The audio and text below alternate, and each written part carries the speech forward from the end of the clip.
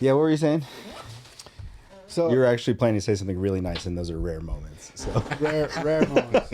But it was I think it was to you, but I remember at one point during as a set, because you guys played a chain together, and I remember turning to you and being like, his screamer is fucking sick. yeah. You remember that? Was that you? Okay. I appreciate it. I really do. I can't say I've put like too much work into it. I don't try that hard, but I think it's because when I started doing it, like I started trying to imitate people, and I couldn't get the hang of it in the way that I wanted to nail it. So I just started yelling. yeah. I just started yelling. Like none of my vocals are technique based whatsoever. Walking Blind is hosted by overly emotional dudes who overthink and overanalyze everything. Nothing the hosts say should be taken as medical advice or opinion. They're not professionals. They're about to make that very clear. Like beautiful stories though. I had the same situation go down because I'm originally from North Carolina.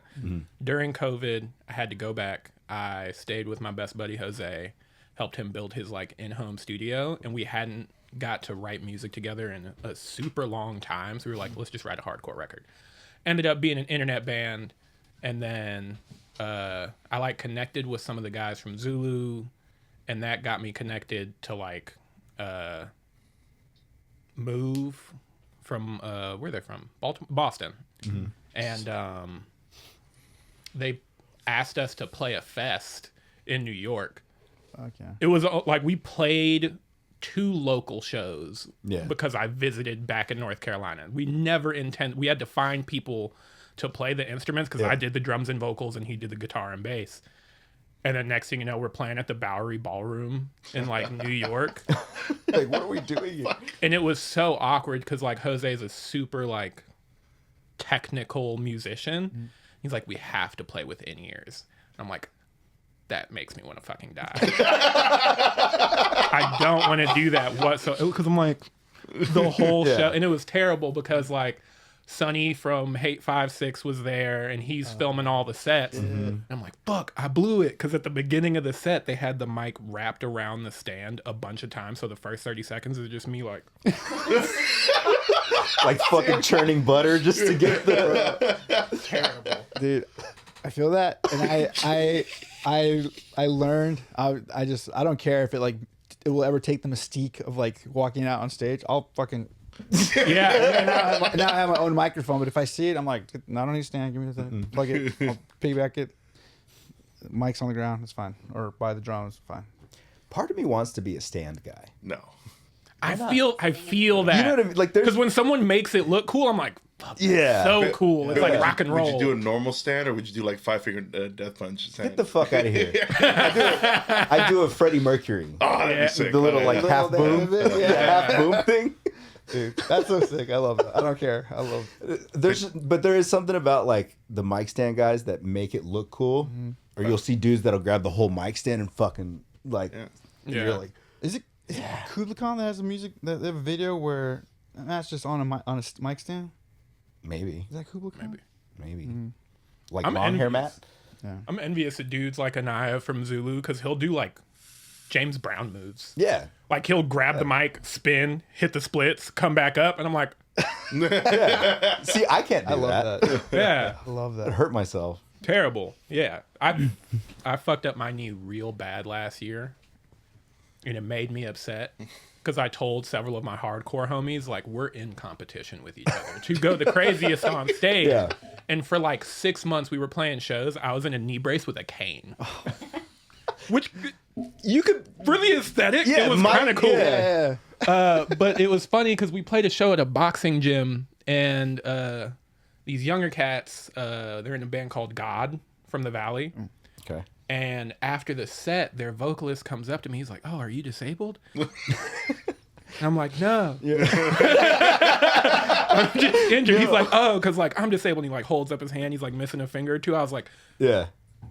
"Sick," but like Fucking- no, like yeah. I'll be better eventually. You're like, Stolen just valor. temporarily. Okay? Yeah.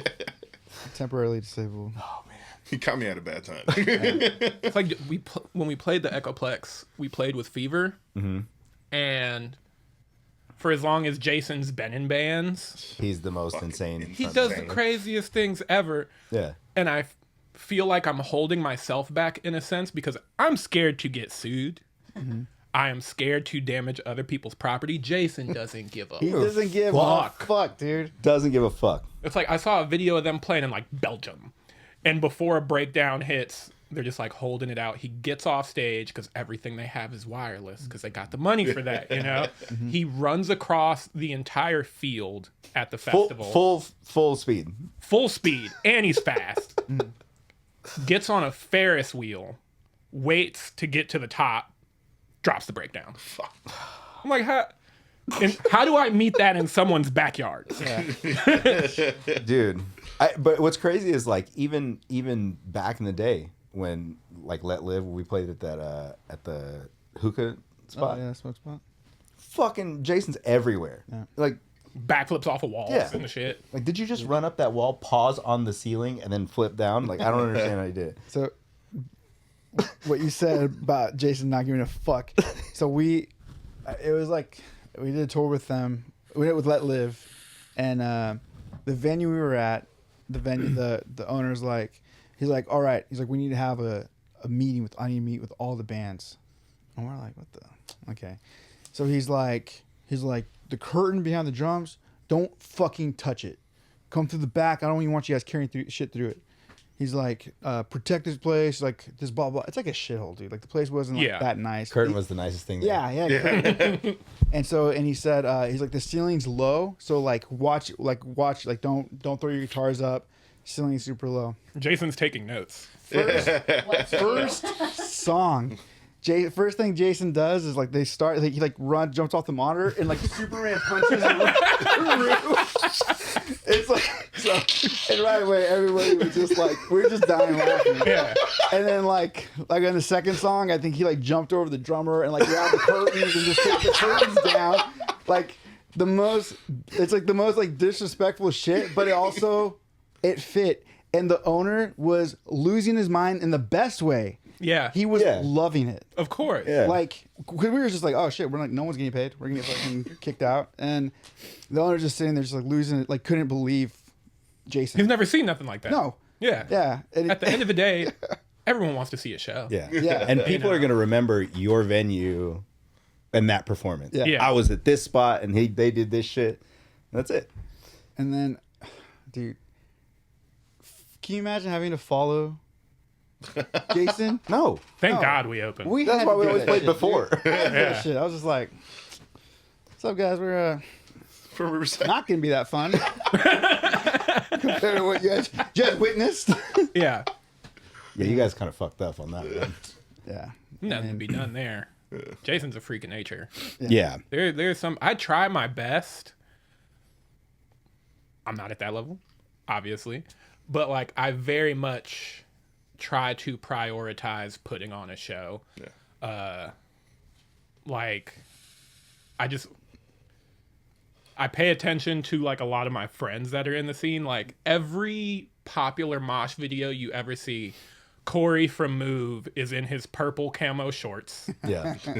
beating the shit out of somebody, Yep. body slamming people. I'm like, I want to employ some of that on stage. Fucking Anaya hit a stage dive at Sound and Fury last year where he did a front flip. Nobody caught him. Landed on his feet, got back on stage. Sick. Perfectly executed. I'm like, fuck. What do I have that compares to that? So I just yell. I mean, you have a ton of energy on stage, though. Yeah. I try. I remember at one point, not during Torch Culture, I completely accepted that I'm old now, but during the Creative Void era, same thing. Like seeing Jason playing, I was like, I really gotta step my game up. Come out, first show, back in the era where you're hardcore running in place. Hardcore running, fucking punching the air, fucking jumping around, running back and forth on stage. Yeah. By the time it was time to start, gassed. Gassed. Dude. Done. I will say with this band, I specifically wrote the song so that I could move around more because that internet band, because it was an internet band, Yep. I left myself no room to breathe. So the times that we did play those songs live, half the time I'm on the floor. That's him in our skate punk band, and Easy Out. Yep. Is is that what Hyde was? Yeah. Okay, cool. And that was a joke, to be honest. The a whole cool thing was band, a though. joke. We had a great time. We knew what we wanted to do. We wanted to make hardcore music for black and brown kids because especially in North Carolina, It doesn't fucking exist for And us. what part of North Carolina are you in? I grew up in Fayetteville, but I moved to Samford, which is like a smaller town, like 30, 40 minutes out. Cool. And it's been interesting moving from a small town to out here, seeing the way that people's creative endeavors scale up. Because, like, I moved out here, and Jose, we must have been 19, 20 at the time. He's like, I got a job at Epic Games as, like, a sound intern. He's like, we're working on something. I can't say much about it. 6 to 8 months go by, and then it drops. He's like, yeah, it was Fortnite. Yeah. Oh shit. I was like, what the Yeah. Like, the more that time goes on, it's like, what the fuck? You were like one of the original audio engineers Oh, on shit. Fortnite? Sick. It's insane. And he was able to make a career off of that. And then I'm out here where all the opportunity is. Poor. Poor. Dude, I had a buddy I went to school with that was like, yeah, I'm doing music for cell phone games, and I was like, cell phone games, like you're doing like little 8-bit like, and he's making 7 figures Insane. producing music for fucking video games. Yeah. Basically, yeah, For Centipede. yeah. We're gonna loop this like, 80,000 times, and that's it. It's crazy to see how people turn it to profit. Because, like, probably the biggest person in my life that I'd call a mentor is, like, my homie Fish. He was, like, the first drummer for Fishbone. And, like, that's already, like, he's in punk history. Yeah. Right. Being in Fishbone. But he's also, like, a house drummer. He's played for, like, Justin Timberlake, Chili Peppers. He's gone on tour with, like, fucking everybody. And it's weird being around him because me and him are just homies, but sometimes stuff happens and I'm like, that's That's not a normal thing. This doesn't like happen to people. Like we're like making some songs. He's like, yo, would you want to make some songs with like MVP? I'm like, MVP the wrestler? Yeah. He's like, yeah, he's super into hardcore. I was like, yeah? Like, I don't know the appropriate response to this, you know? And it's like even Jason, when Jason they went through the lineup change for Fever, he's like, I'm going to see like who we're going to get in the new lineup. And me being a drummer, I was like, what's up? Is there room? He's like, I think Thomas Pridgeon is trying out. I'm like, Cool. you got it. Yeah. If that's like on your roster to be able to pull from, What a nice way to let you down. I can't be mad at that, Yeah. you know? And it's funny because when we played at the Echoplex, Fish was like, I told Thomas Pridgeon to like keep an eye out for you guys. I was like, I don't know what to do with that information. Yeah. Hell yeah. Dude, that's so sick. Dude, Mike, do the I intro have so many. Okay. so we can just keep going. Hold on, real quick. My cue focuses camera. All right. 145. 145. Yeah, I'm so good 145. at these intros. 145. It's my favorite part of the show. Gotta just get the right. Okay. What's up, everybody? Welcome back to another episode of the Walking Blind Podcast, the podcast where we like to normalize checking in on your homies. This is episode 145, and if you like what we do, please support by liking, subscribing, all that stuff. But today, I'm Mike. This is also Mike. This is our first time doing this. This is my first time doing an intro. But dude, we have an awesome guest today, and I know it's gonna be awesome because we've already been talking. Feels like for I don't know how much time, an hour, 30 Like a minutes. half hour. half hour. We have our boy Rhythm from Aint Shit, Yeah. I'm glad to be here. dude. Dude, I'm stoked. I'm having a great time. Actually, I'm pretty sure that was like one of the first conversations we had when we played Shane. After you guys played, we're like, we gotta get him on the show. Yeah, And then it just took this yeah. fucking long Stuff because we're because we're awful at this. That was a great show. That was our first time playing Chain. Was it? Mm-hmm. That was a fun night. Yeah. That was a fucking fun night. Was it y'all or First Degree that did Mosh Ball? First Degree. First Degree. Yeah, it's terrifying. Yeah, our guitarist lost his mind a little bit in the pit. So That was him. yeah, no, that wasn't him. That wasn't him. I've seen Murderball quite a few times, but that show at Chain was the first time I ever saw like a kid like landed on the ball and was like basically bent over holding it. Getting jumped. And dude, somebody runs from the opposite side of Chain and just fucking kicks him in the face. I was like, Yeah. oh my God. Like that's a fucking charge, dude. Like that's They got dragged out, didn't they? yeah, then he tried to fight and then Peter had it. Oh, that was. Yeah. Dude, fuck yeah, Peter. Fucking Peter. Dude. Yeah, him on the show too. Hell yeah. Real. Oh yeah, I feel like it's funny. Like with like friends, but I was like, oh yeah, we've gone on. Nope. Nope. Yeah. It'll happen. Yeah. Who all played that night? It was us, y'all, First First Degree. degree. There was one more band. Slump. Slump. Did Slump play that night? Yeah. 'Cause we were Was it stoned. Was it Slump? I don't think it Jackknife? was Slump. I think it was Jackknife. I feel like it's Jackknife. I think it was Jackknife. I think it Because was that Jackknife. was when Russ and Chris were rocking Walking Blind shirts at Chain. Ah, It was, Oh yeah, you're right. Yeah. yeah. Slumped played with us with Get Get the Shot. Oh, get the shot. Meeting Slumped was weird because I only met him. We only been a band for like a year and a half, 2 years almost. We played with Slumped, and then we played with Arcline from up in the Bay. Mm-hmm. I started Arcline with Marty like 10 years ago. Really? Had no idea that they were still going. Because I haven't, and it's not because they haven't been doing stuff. Right. Because I like You were tapped gone. out of the hardcore Yeah. scene for a few years, and I just like see Marty in someone's backyard. I'm like, what the fuck? What's up, Marty? He was like one of the first friends of my own I made being here. We started the band Craigslist. I get to his house. I like record vocals.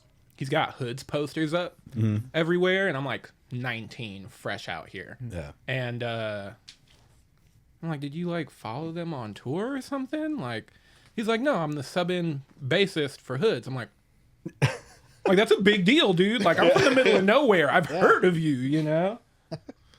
And it's just like awesome being out here and having those experiences happen like regularly. And it's wild how small the like hardcore world is, right? Like it feels like it's just so many people, so many bands, and then it's like You run into a few degrees of separation. Yeah. That's the whole reason I came back to it, to be honest, because I was doing like hip hop for an extended period of time. I was about to say, I feel like I saw some videos of you rapping and performing and shit. And that's cool, but hip hop shows fucking suck, dude. Objectively, they fucking suck. It's just people on their phone. They're not there for a show. And you have a DJ, which is he's just playing your like. I would just show up to shows with a fucking USB drive. Here's my songs. Yeah. My only rule of thumb when I go to a hip hop show, if you're performing over your vocal tracks, get me the fuck out of here, dude. Yeah, I like intentionally if you were to put on like a CD and then sing over it. Yeah. I intentionally had all my vocals cut out of my tracks, and I would only keep like the doubles in on choruses. Exactly. But if I miss a verse, it's gonna be just beat going. So sad I never got to see the Diamonds. Yeah, What was your rap name? Mikey Diamonds. Mikey Diamonds. Yeah, That I works. hated it, but it was like a joke that stuck. Yeah. And then weirdly the project picked up and I was like doing shows and I was like, all right, well, it's too late to change it now. Yeah. So, Originally, he wanted to go with Miguel Diamante. yeah, but it was taken. There's a plumber in LA called Mike Diamond. Oh, do you know how many times yeah. people just randomly text me? Like people I haven't heard from in 10 years will text me I've sent you that. the fucking Mike Diamond's plumbing truck. Like, Yeah. wow. Same thing happened with Rhythm. That's not my government name, obviously. Yeah. But the shit that people would say, especially in the hip hop, it'd be like, I got a homie named Melody. Y'all should meet. It's like, shut up. Dude. Shut up. You're corny. It's the worst. You're corny. Leave it alone. I do appreciate the things that I was able to experience through hip hop, though. I was working with this nonprofit called Aim for the Heart. It was started by like Tupac's first manager. Her name's Layla Steinberg. Her and Tupac started it. And essentially, it started kind of as a space where just like everyone would get together, bring their pieces, perform it, and all the other artists in the room would like critique it and then move on. And it turned into a curriculum for what we called emotional literacy through the arts. So essentially, we're just teaching people who are going through it to deal with their emotions by putting it into something else. Right. And I always told people like that doesn't have to mean music. You could be a carpenter. Yeah. Put your soul in it, and you're doing the work. And through that, I had some super weird experiences. We worked a children's basketball camp. It was like kids in high school that were being scouted, potentially about to like move up to that next level, college or NBA. And we did our thing. The kids were upset because not 1 minute of basketball was played at this camp. They thought they were coming to hoop. But it was set up by, what's his name? Jaylen Brown from the Celtics? Oh, shit. Okay. And so it was at Berkeley because that's where he went to school. And the staff list for like people who were speakers or working with the kids was insane. Bobby Seale, co-founder of the Black Panthers, was there. Insane. The kids, because How they're old kids, is he? He's fucking Yeah, I was gonna say, Like, he's got to be like shout out him, like obviously, but respectfully ancient. he's fucking old. And we get there and the panel's happening because we had our own specific room where we're doing our program, but there was a bit where they had guest speakers, Bobby Seale being one of them. This is to put into context how old he was. Again, this is not a diss, just like from my perspective, this was really funny. He didn't say one thing about social justice or being black or any oppressed community. He started telling us stories about like building houses with his dad in Texas in the 40s and 50s. Nice. And I was like, actually, this is kind of the tightest shit I've ever seen. This sounds kind of dope. You know, like I was like, that's the information I want to get from him because everything else I can look up. You can read. You Yeah, can Google read it. You can, Yeah. And you would never guess who spoke after him. It was MC Hammer. What the So fuck? Bobby Seale and MC Hammer, and again, not a diss. I want no smoke with MC Hammer because the last person who tried was Redman, and then everybody found out that MC Hammer is well connected in the gangbanging Yeah. world, Yeah. and you can't play with MC Hammer's name. But he got on stage and talked a lot about financial literacy because he made all his money back. He did. That's so. Well, he's from Oakland, right? Yeah. Yeah. So I mean, there's no. And all that happened because I rap. Yeah. Yeah. Like, why am I here? Yeah. Why am I here? I just saw a clip today of like it was like a music newscast or something like that, and the lady was like, and of course one of our next guests, McHammer, is going to be on the show. Hammer is And crazy. the guy next to her is just like, Yo. he starts laughing, and she's like, "What? What did I say? Did I say something wrong?" He's like, "It's MC Hammer." She's like, "Oh my god, McHammer." That's one of my favorite running jokes, just like one-liners to do around a new group of people. Like if you're in a bar or something, I recommend everyone try this out. Whenever you're around a group of people, something that we all know what it is, pretend you've never seen it before in your life. And the anger you get in the responses. Like if Michael Jackson comes on, like Thriller comes on and you're like, Who is this? who's this? This is sick. And the looks that people will give you, it's great. It's great. I love that. I've done it at Mike. You've done it unironically. Yeah, though. but I do it. I do it on purpose. I mean, not on purpose. I mean, like being real. Yeah. Because like I'll hear something, I was like, "Who's this?" And Mike's like, "What the fuck?" It's Sean Paul, dude. Shout out Sean Paul. You never heard of Shaggy? Who you got in a versus, Sean Paul or Shaggy? Sean Paul. I like Sean Paul. Yeah. Yeah, I do think that's the right answer. It's the No disrespect to Shaggy. yeah. No disrespect to Shaggy, but there's not quite as many noticeable bangers in that Yeah. discography. Jay-Z's been on record saying Sean Paul was the only guy that he was ever afraid Beyonce was going to cheat on him with. Really? Because they did that song. Oh, yeah. Baby boy, you sting on my mind. Come on, girl. To me. He was like, fuck. Sean Paul's got the juice. Got those moves. Jay-Z's the one filming. Oh, man. All that. There's a lot of weirdo shit going on there. Back to the MC Hammer thing. So, McHammer? McHammer. At my, I work with behavioral therapy, children with autism, and one of my little clients, he's in a first grade class, like a normal first, regular first grade, and they do like activities before they like either start the day or before they go to recess, like get their energy out, and so they go on. I think it's Danny. There's Danny Go, and then there's another one, but it's like basically like dance songs for kids. Mm-hmm. And so I'm just kind of sitting in the back waiting, let them do their thing.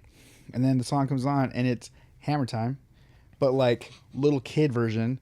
Sick. And like dance moves, but like a little bit, like obviously not like the way Hammer, the video, but it's like close kind of. Mm-hmm. And I was just like, dude, how wild is this to like know who MC Hammer was and to know that now his like music is like turned in for like music for children and children are dancing to him. Yeah. And like, It's wild. There's no way to tell what hits are going to become timeless. right. Also, there's no telling what songs they're going to put on those Kids Bop records. Yeah. Yeah. Like, I'm pretty sure they did some Ludacris songs. I'm pretty sure they've done some. Oh, yeah. Yeah. Shout out I miss Ludacris. I know he's still rapping, but that's not It's not the same. who I miss. Yeah. You're talking about the old school radio call-in Yeah. Ludacris that would like call all the Atlanta hip-hop stations and just freestyle. Is that what you do? Mm-hmm. Oh, that's cool. I think we only have one hip hop CEO left that we don't know if they're a piece of shit or not. And it's Jermaine Dupri. I think he's the only one left. I'm pretty sure he's a piece of shit though. Probably. I just don't know. Was it? And I feel privileged not to know. Yeah. I guess there's no solid evidence, but wasn't Usher Confessions about him? Really? Was it? I think so. Uh-oh. We're getting deep up. here. Let me look this up. I mean, it makes sense. Who's a conspiracy theorist now, Mike? This is captivating audio, Captivating audio. but It's I want to make fantastic. sure I'm not misspeaking. You don't want to get sued for libel. Yeah. Yeah, I don't know. I know Jermaine Dupri is probably like 90% of the reason that But Atlanta hip hop is a thing. Confessions Part 2 is one of Usher's biggest and most talked about hits. On the track, Usher sings of cheating on his spouse and impregnating another woman. He is, however, singing from the perspective of the song's co-producer, Jermaine Dupri. Oh. So that's about Jermaine Dupri's life. I'm fine with people being like regular life piece of shit. Yeah. Like, I'm not saying As long cheat as on it's your not, like- spouse, but like, Right. As long as it's not super weirdo shit going Yeah. on or like, Yeah, like Yeah, children in the let's- basement. yeah, the Louis C.K. stuff still blows my mind when I think about it. about what he got in trouble for. Yeah. Yeah. Because He did. I don't get it. Like, I don't see any part of the appeal of like jacking off in front of people. Also, what weirds me out the most about it is he would jack off in front of people, but he'd go like, "Hey, if you're not comfortable, you could just bounce," and people still stayed. People still just hung out while he I would was. stay for the plot. That's a story I want to be able to tell. I was in the corner. This may end different. Who knows? There might be a twist to this story. I'm pulling my phone out. Oh man, how did we get here? What were we talking about? If Jermaine Dupri being Oh allowed yeah, the- and the cool things you got to do because of hip hop and rap. Yeah. Yeah. I got to meet some cool. It's very weird. What was the weirdest? Because I have one. What was the weirdest person you met through hip hop, and what was that interaction like? Through hip hop. Mine was There's a busy. lot. Mine was Busy Bone, Sick.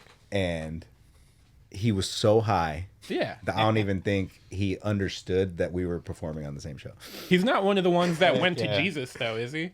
I don't think so. Yeah, because I know like one of them's a pastor now. Yeah, because Busy Bone, this was part of like a Steve Lobel like industry showcase thing, and they had Busy Bone like headlining the whole thing, and the interaction was real weird, Yeah. but it was cool to be like, I'm like, you're the reason why I like melodic hip hop shit, Yeah. because Bone Thugs and Harmony like changed everything. Yeah. You know. It's true. I think my weirdest, and I've got several, but just from my personal perspective, the weirdest person I've met through hip hop is Super Hot Fire.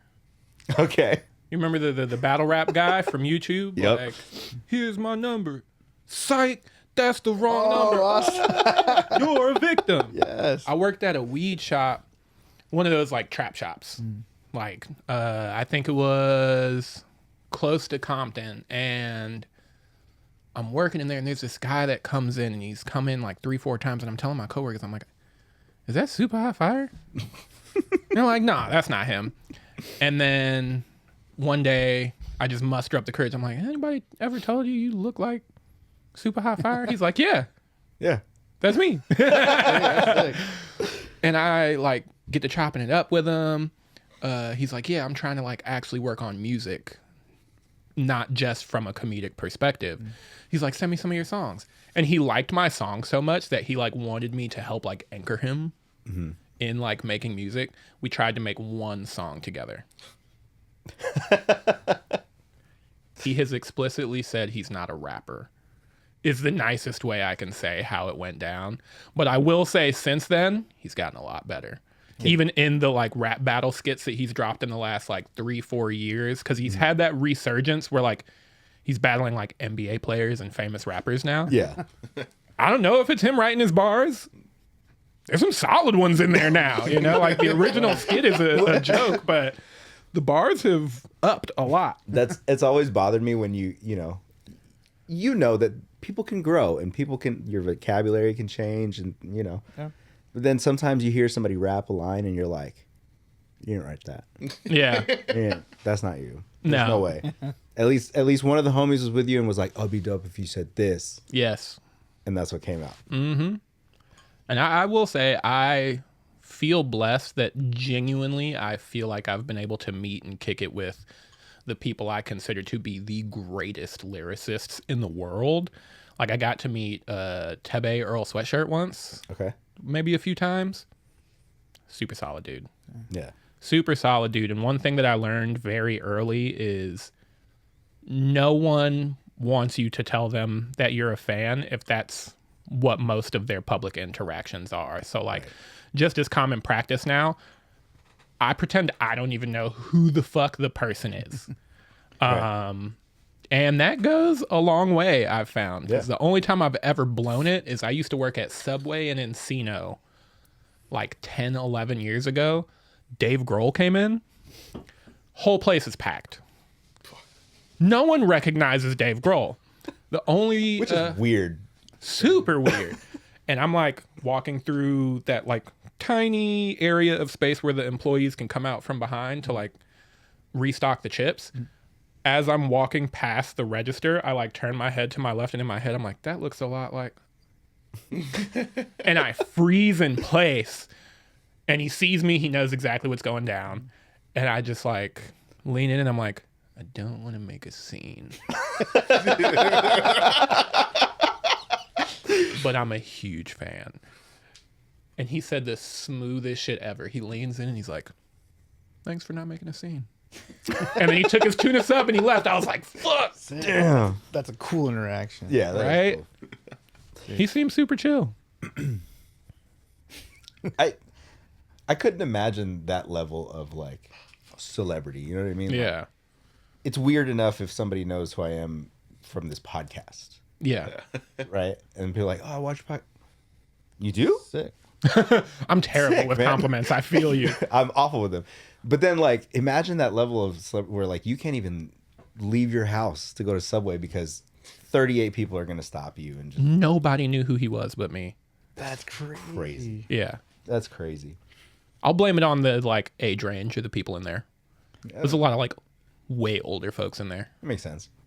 I was like, okay. Dang, that's interesting. I don't like that. I don't like that at all.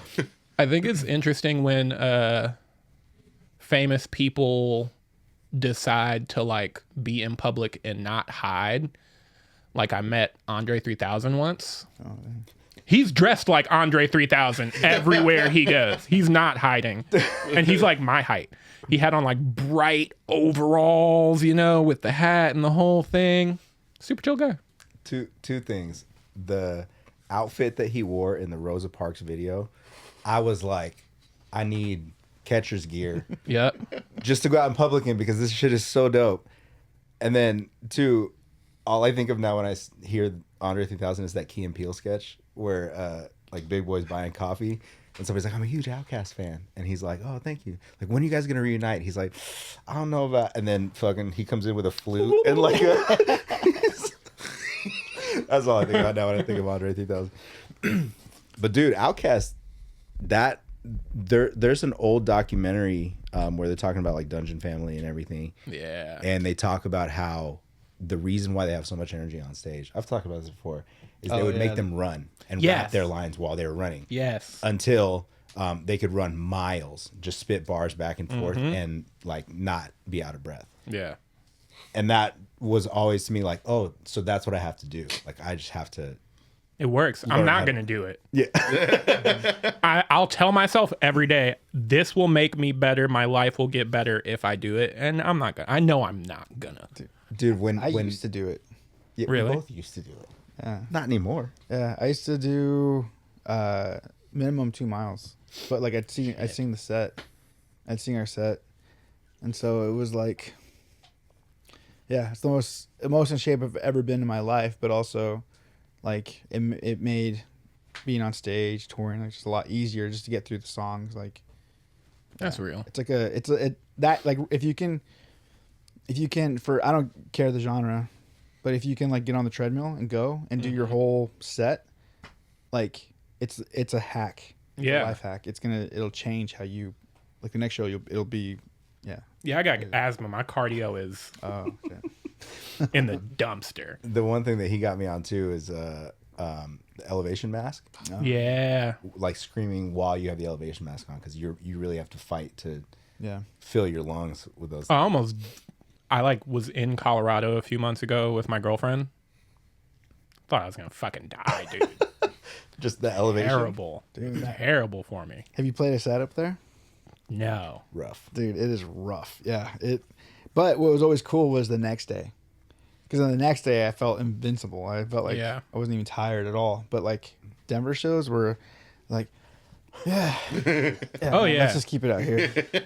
Anyone want to sing this next song? Like the whole thing? That clip of recently that got posted of No Bragging Rights where you hand off the mic in the crowd. Oh yeah. And you're just letting him sing the lines. Everybody that posted it, I would respond, he's so fucking lazy. Look at this guy taking breaks. Yeah. Just I don't want to sing. I want to be in the pit. I just want to mosh to our music That'd be sick. and it not be pretentious. You know, like I'll tell the band all the time, if there's enough people here, Yeah. I'm gonna go fucking insane. I love it when a vocalist hops off stage and jumps in the pit. Oh yeah. As long as they look good in the pit. Bring back steez, bro. Kids have lost the plot as far as like mosh styles. Yeah. You know, I feel like all these kids are going for like one style right now. And it's like, everybody doesn't have the same body build to mosh the same way. Right. Like, I remember those old like Blood for Blood pits. You know, like, bro, the 6 foot, 300-pound guy is not moshing the same way as me because we can both do things that the other person can't. You know? Which I respect. There's still something to this day that's so beautiful about like a really well-timed spin kick. It's the best. And then there's something so beautiful about watching videos from Southeast Asia They're the best. with all the kids that are They got fucking ripping it. that is like it's hard to it's hard to watch those videos because it's like everybody is just beautifully spin kicking, like beautiful, but also it's like that will rip your fucking head off, like that's how hard they kick. And then you watch like a video from out here, which I appreciate. You know, spin kicks have really made their way back into scene, but it's hard to watch one and then watch the other one. Yeah. There's a kid that's been coming to our shows. He does side flips. It's like 16. I'm like, Hell. bro, come to every show. I'll put you on the list. Like, Dude, I used to throw little Adrian from Harsh Reality. When he was young, dude, like he would mosh at our show. I was like, I'll get you in the show. yeah. You mosh, I'll get you in the show. Bring back Mosh Cruise. Well, The good parts. The good parts. no, there's a couple dudes that is his name Christian? The Yeah, dude that's Creature. doing all that's doing all the fucking like crazy ass like spin kicks and like flips and He has a cool cartwheels two-step, and too. shit. The Yeah. two-step he does, he kind of almost, I don't know, I don't even It looks so fluid. Yeah. Nobody's doing the Amir two-step anymore. No. Everyone's just going in a straight line instead of like that side to side Yeah. shit that people used to do. I'm like, bring that back. Well, I think we've had this conversation before. A long time ago, you would know where you're at based on the way that people would mosh. Yeah. Right? Like you were in the South. Back then, we mosh different than people out on the West Coast. But now with internet videos and everybody seeing footage from everybody else's shows and seeing the pits, like everybody's starting to move the same. Yeah. Yeah. Looks like And it kind of sucks. a lot of East, like, because Southern California for a long time used to be front to back. Yeah. You know, and then a little, and then some side to side, but like side to side for me, there's always like an East Coast thing, and a lot of it has to do with like the type of buildings and venues that are set to. So it's just it is cool to see like so many styles now that are like in your scene. Yeah. As I opposed think to- everyone should rip off that Sick of It All video. Where they do like the how to. Everyone just needs to make one of those videos at their local scene again. Dude, I remember Atlanta shows having so much like style. Yeah. Yeah. East Coast in general, dude. I felt like the East Coast was style. Like the moves, some of the moves were dumb, but the execution, That's what it's about. like you're two-stepping while you're eating the soup, that type of shit. Oh, yeah. You know? I throw dice. That's been my move since I was like 15. I hit like as I'm two-stepping. I'm glad you're doing it this way and not this way. Yeah. Yeah. No, you gotta wind it up. Because I'd probably do it this way and just get in trouble. The The low dice low shit. guys. What you doing? It's the CeeLo, you know? My first pits were probably way more like slammy. Like I didn't get into traditional hardcore until like a bit later in life. I think the first pits I was in were like those like Whitechapel type pits in their heyday, Acacia Strain, stuff like that. Some So it's all circle big pits dudes, and, like- and some walls of death and Yeah. the dudes in the boots stomping with their elbows up. I haven't seen someone actually go for it and pick up change in so long. It's been a minute. I miss it. It's been a minute. I missed it too. I Yeah. guess, Yeah. Like I feel like the plot that's been lost with moshing is like every move is not to hit people. Yeah. Yeah. Not every move. right. There are people that's their style, but like some of us just fucking Dude, maybe before the next Aint Shit show, you come out with a roll of pennies and you actually throw that shit on the floor. yeah. I like Whoever that. picks up the most of these It's a free I like gets that. a free shirt. Free shirt. I like that a lot. But you have to two-step while you're picking them up. I like it. There you go. Imagine they're stuck to the fucking floor because there's a bunch of like I just like soda they're and all beer. pre-gorilla dude. Good luck. Someone's gonna get rocked. We ended up on that one Instagram page for moshing, the cartwheels in place. Oh, It was like our 4th or 5th show at the boxing gym in Van Nuys that was short-lived. It was just 2 girls doing the windmill thing, which I don't take issue with. Yeah. I feel like people are still in the practice of like mosh policing. I don't care. Yeah. If some dude cartwheel kicked them in the face. I think I just recently saw that one. Yeah. We like woke up. We had like 400 followers at the time. Just like woke up and one of us texted the group chat and was like, "Yo, check Instagram." It had like 3,000 likes. We were like, "Hey, this is us. Please follow our page." Dude. So all right, let's talk Ain't Shit for a little bit. So how did you form, or who was it that was the one that like really got everybody together and formed this band, and how did you guys all link up? Because I know you're not from here. Yeah. So I've been out here for maybe like 12 years. I did the hide stuff. I posted it on TikTok, like made a few TikToks of it. Not well thought out. yeah, I'm just like sitting there like nodding my head to the music, but I explained the band right. in text next to it. He's like, "Hey, we're like an anti-capitalist, pro-black and brown band, and we do this for blah, blah, blah." One of them blew up, kind of, as far as I'm concerned. Like, Right. 10,000 likes is a fucking Yeah. lot, you know? And our guitarist saw it. We tapped in, was like, "We should start a band." 6 months go by. We don't say shit to each other. Yeah. And then we finally hang out for the first time and like make it a goal to really get the band going, and everything else kind of just fell into place. We had a different bassist that knew our drummer. That's how our drummer ended up in the band, and we met our bassist now through Super Smash Brothers tournaments. Nice. Yeah. Okay. Who was competing?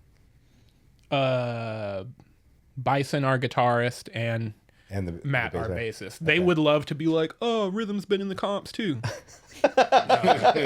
They peer pressured me every time. I'm like not at their level whatsoever. But it's just so nice to be making hardcore again, Yeah. because at the end of the day, the entire reason I make music personally is for shows. Right. That's the part that I love the most. Like when I meet a musician that's like, "I hate shows," I'm like, "Then why do you make music?" Yeah. But we've had a relatively like good reception. I think we make a great opener. We're pretty good at getting people to mosh if they haven't been like primed yet, and that's been like a sweet spot for us. It's honestly just been awesome, because I don't even know if I would call us a hardcore band. Like in my head, we're a hardcore band. We have all the parts. Yeah. There's two steps. There's slam parts. There's circle pit parts. But I know that like the genre division and policing genre is like this huge thing, which Yeah.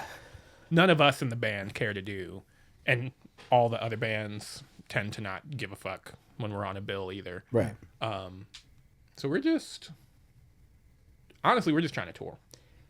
And that's like that cool place though, and especially when it comes to touring, if you're gonna run it DIY, like you guys pretty much have a place wherever you go, because you could fit in on any bill. Yeah. Because yeah, we check the boxes, but we also do some other cool shit on the side, like, you know, what you need, we got you. Have you guys seen Slay Squad live? Yes. Holy fuck. I don't think you have. You I don't weren't. think I have. It's the coolest fucking thing I've ever seen. It's I was more like, I wasn't really a fan of just their music by itself. Like I would listen and be like, okay, I get it, you know, but it's not something that I'm like, all right, like I'll throw this on in the car and like drive and listen to. I saw them play with Desmadre. Yeah. You guys didn't come to that one. It was the Rancho one. And they fucking ripped it. And I was like, oh, okay, I get it. Yeah. Like, because sometimes you got to see it live and you got to see it all, like feel everything to like really understand it. Yeah. And when I saw them live, I was like, okay, I fuck with this. Like, this is Yeah. dope. The crowd interaction was great. Like, everybody was just hype, you know. But when I first heard it, it wasn't anything that like... Because it feels like there's a lot of people trying to mix hip-hop and hardcore. My personal opinion is that there's so much hip-hop elements in hardcore already. Yeah. But when most people try to do like the trap metal or like rap metal shit, it comes off as like not genuine 9 times out of 10. But seeing Slay Squad live, it's like, oh no, they've been into hip hop and hardcore for a long time. It's that blend is rough because they should go together, right? Like everything about it, like the beats, the like it goes hand in hand. Trapped Under Ice is just Beastie Boys. Straight up. But when you have people that are like, oh, I like hip hop and I'm going to bring this element into our music, but they're not great at it, that's when it's rough. Because Yes. you're like, dude, just don't rap that. Yeah. It doesn't sound good. Don't do it. But then again, that's all subjective, so I don't know. But I agree. It's just Also, wait, actually, and this is my hot take when it comes to music in general, I disagree that it's all subjective. I think that we do ourselves a discourtesy as musicians when we say that, just because, like, imagine telling a carpenter that a shelf they made was bad when you don't know shit about carpentry. right. And then them being like, no, this is structurally sound. This has all the things that makes it a reliable cabinet. You're like, but I don't like it. And my opinion matters as much as yours. No, it doesn't. Right. You know, like if it's something that you have dedicated your life to, I think it is fair to put yourself in a confident enough place to be like, I do know better than the average person that knows nothing about what I do. Right. You know, and I get that people have their tastes. There's that middle ground. But I don't feel embarrassed to say that some people's taste is fucking terrible. Trash. It's terrible, you know? I That's agree. yeah, there's definitely been some projects that I've heard that they've added rapping into their verses or into their songs. And I'm like, you didn't need to do that. Yeah. You have like 4 records out that people love where you weren't doing this. Now you're doing this and it sounds bad. Yeah. You know exactly what I'm talking about, but we won't name names. But I do it yeah. on one song, but the way that I'm doing it is more in a traditional hardcore sense. I'm doing like the Mind Force thing, Yeah. you know? Yeah. Which I love. Yeah. Love that You also band. have a background in hip hop. Yes. And I will say, when we did the Hyde stuff, that was the like ace in the hole I knew that I had. Like, Yeah. put me up against 90% of hardcore vocalists. I'm going to write something more clever than you. Right. Because that is what I'm in the sport of. But do you ever feel like, and I'm not saying that I'm like this iconic writer or anything, but like I feel like we're amongst peers here who don't just write a very straightforward song. There's like metaphor, there's, like a you're telling a story. Do you feel like sometimes that this style of writing almost takes fans away from your music because they don't understand what you're trying to say? Yes. Absolutely. Yeah. Everything we've written in Aint Shit so far, I have put fuck all effort into the lyrics. Because when we started the band, I was like, I just want people to mosh. Yeah. And I know how to write to make people want to mosh. I haven't actually written a song about a single thing. Right. Like loosely, yes. Yeah. But I have like withheld writing my ass off for the sake of poppiness, I guess. You know, and I do think that there's an art form to that too, like a skill level. Absolutely. But moving forward, I'm gonna get in my bag a bit more. Okay. For sure. And what do you think people's reception is going to be? You think it's going to change? No, I don't. And the only reason I feel that way is because of the way that Hyde was received. I was really angry. Yeah. And I was really in my bag on those records. And it was easier for me because, like, since Jose is my best friend, we have, like, a shared sense of humor. So, like, at the end of one of the songs, I'm just, like, straight up hip-hop ad-libbing during, like, a pseudo break. I'm like, I'm gonna hit him with the and the song ends with Jose being like, I fucking hate you. You know? I love that. And I think that if there's anything Aint Shit is about, it's being fun-spirited. Like, we really do not care to other anybody who comes to our shows. And it's made for some really fun experiences with the bands we've played with and the way that the crowd, like, speaks to us. But again, I am terrible with compliments. Yeah. Terrible. I always, like, send people to other members of the band.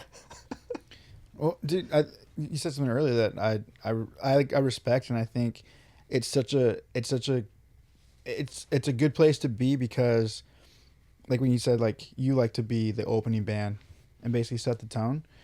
I think that's a cool mentality to have because obviously you're not going to stay there, but if you can keep that, because I hate headlining. Yeah. I hate it. Like I love playing support early in the set. One, because our set's shorter, but also because I like to, like, Is it's it because we're not headlining, we're just playing last? Yeah. And I will say, like, are y'all both from SoCal? Yeah.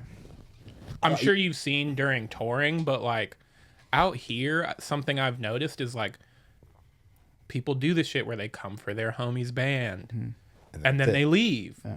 The only out of town show we've really played was in Tucson. Fortuna Malvada brought us out, and these kids showed up at like 5 and stayed till like midnight. Like it was packed when we got there. It was packed when we left. That's sick. And they made us the headliner. Yeah. Just the first time we had ever left town, and everyone was just like, yeah, ain't shit. And it was like, this is fucking tight. Yeah. You know?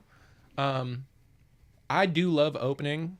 At the same time, I think that I do approach hardcore the same way that I approached hip hop, in the sense that it is competition to me. I want all of us to be trying to be the best while also being in community with each other. But like, Healthy there are competition. times where we've opened where I'll look at the band and be like, this shit is ass. This shit is ass. These bands suck. Yeah. And I won't name anybody by name, but like, I think the fact that I'm willing to let myself think that way helps me be into the bands that I am into way more, because we made friends with so many bands that are sick. Y'all. Wasted Eternities. They're like a thrash core band, and I like ride super hard for them because they're a fucking hardcore band. They sound like an East Coast hardcore band. Sick. But because they're so thrashy, like Alejandro plays with like a guitar and does vocals, it is hard to put on a hardcore show Without like a front man. without a front man. So every time I'm at a show with them, I'm like, there's a crowd that's gonna like eat this up like it's Sound and Fury. Yeah. There's going to be those like 5 dudes that just stand up front and just Yep. headbang their fucking hair in a circle. And we gotta let there be space for those guys. Yeah. You know? Yeah. I just hate the one thing I don't like about the hardcore scene is the trivial divisiveness. Because the degrees of separation are so thin that they don't fucking matter at the end of the day. Because hardcore is just a mashup of every other heavy genre to begin with. Yeah. You know? And I think that, I don't know if I'm at OG status yet, but I do think that as like the older cats, it falls on us to encourage like the younger kids to like do your research, bro. Yeah. Do your research. Not because you'll be smarter. It's fucking awesome. It's fun to Yeah. do. Yeah. There's another thing that I'm seeing too, especially in, you know, some like the younger IE bands, is, and I'm not like pointing fingers at anybody. I'm not saying anything intentionally, but like a lot of these bands are coming in and it's like the hype of the IE right now. On fire. Fucking dope. Like the IE hardcore scene is sick. So then these bands really base themselves in IE hardcore, and their songs are about the IE, and everything's about like this scene, right? And then when it's time to write new music, when it's time to like kind of shift gears, then that's why I asked you the question earlier, like, do you think the reception is going to change? It's like, okay, cool. We wrote the cool song about like where we're from. Yeah. Now we're going to write about mental health. Yeah. And then all of a sudden, some people kind of drop off because it's not the fun shit about our hometown anymore. This is real life shit that we're talking about. Yeah. And just seeing that, like the dynamic of like, okay, can you kind of take things, shift them, go in a more serious route, and still hold on to those people that were here just because you're hype at the moment, and you know, we're having a good time. And I think we're seeing, and it's not just one band. I think multiple bands in the IE, you're starting to see like shows were once huge, and then now they're not as big as they were before, but the material's changed. And, like, Absolutely. the songwriting's changed. So it's like, to me, like my brain is like, oh, but those are the real ones. Like these are the real ones that really fuck with our band. Yeah. And it's not just a hype thing. Other mentalities is like, oh, well, you know, they're falling off. Are they though, or are they really like dialing in the people that are really there to see them? Yeah. So I think I reached a point, and this is probably my best point of reference for what you're talking about. I think about Kendrick Lamar and I think about J. Cole, and I think about the fact that they are so often lumped in together in terms of rapping ability. On the surface, Kendrick Lamar is exceptionally better than J. Cole. And if I had to explain it, it would be like more unique words, blah, blah, blah, blah. But I reached a certain point where I was like, the reason that J. Cole is considered at that level is because it is a skill to be able to put an idea in a way that makes it easily accessible to every person.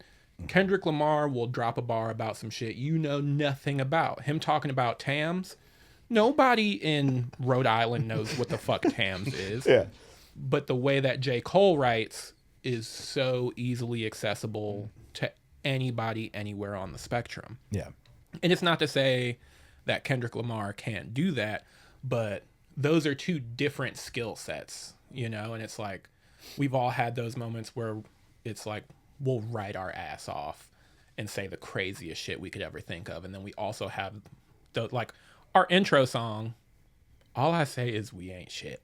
yeah, That's the whole song. But when I brought it to the band, my pitch was once we get enough people at the shows that they know how we start the shows, it's going to be such a beautiful experience. Because I always explain, like, oh, we like to start every show the same way. I'm going to say they, y'all say ain't shit.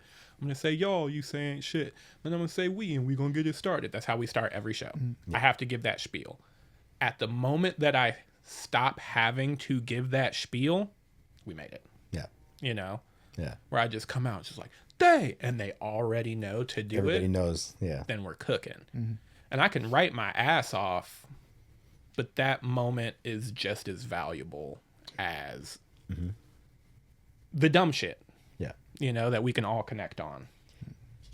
yeah. That going back to your like J. Cole and Kendrick thing, it's like this to me. I've always looked at it like songwriter versus lyricist. Yeah. Right? Like J. Cole puts together these songs, these anthems where you're like, okay, I'm singing along with this chorus because it's catchy. There's some bars in here, but like overall, the whole song is dope. We have Kendrick who put out a song and it's like 3 straight minutes of fucking heat and like metaphor, alliteration, telling you a story, like double, triple entendres, but there's no real song there.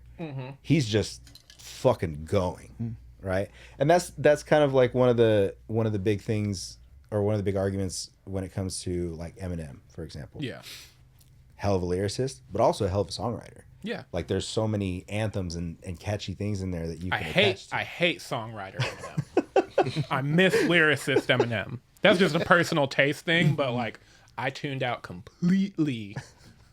What's the name of it? Revival or Relapse? Relapse, yeah. When he did the song with Rihanna and shit, I was like, oh yeah, I'm out. Yeah. I'm done. Yeah. I'm done. And it's funny because like I don't know how much y'all still consume hip hop. I still do my best to stay up to date on like current rappers. It's hard right now.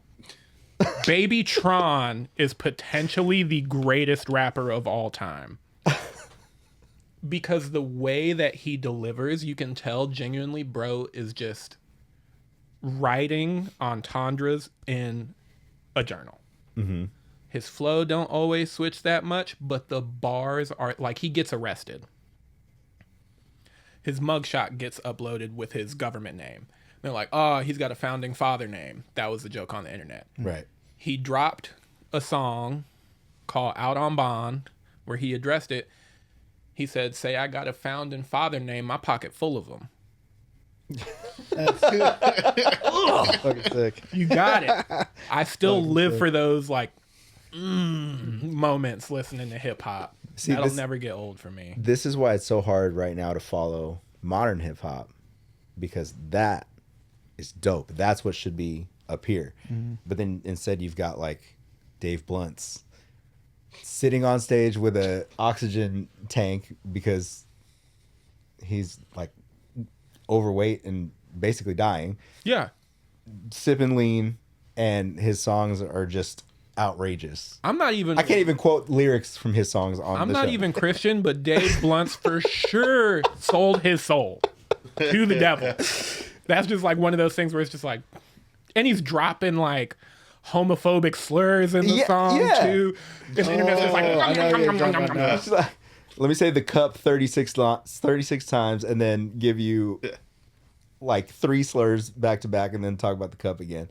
Yep. And it's millions and millions and millions of play. Don't get me wrong. When I hear it, it's funny to me. Like, it's funny to hear like that he's actually doing this and it's actually successful. Yeah. But that's what's the most frustrating thing about hip hop is that you have songwriters who like arguably like would wrap circles around people, and these are still the ones that are blowing up and making money. Yeah. I mean, it's the same in the hardcore scene. It's the same for every True. scene. You always have to differentiate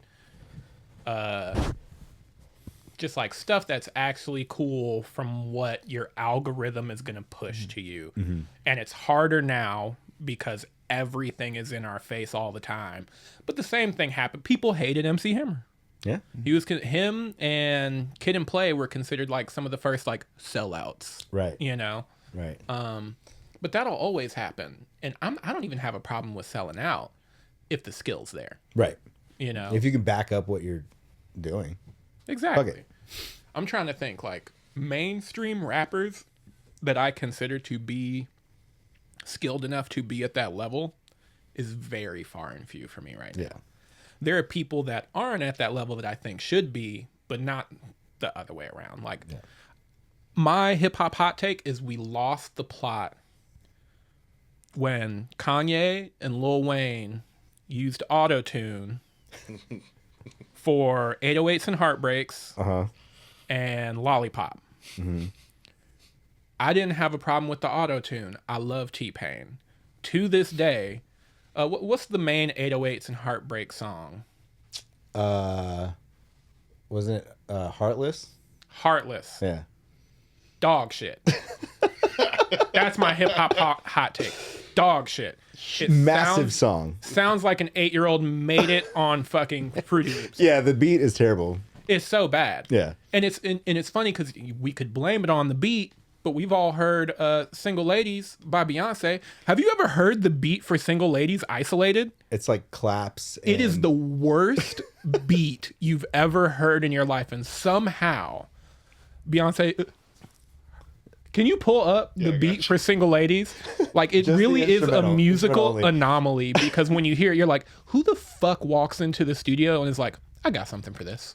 Well, isn't it a cover No? Ladies? No. I don't think so. or the dance? Maybe the the dance. dance might be.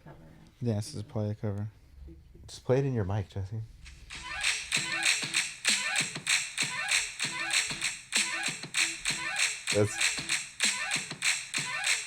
This just sounds.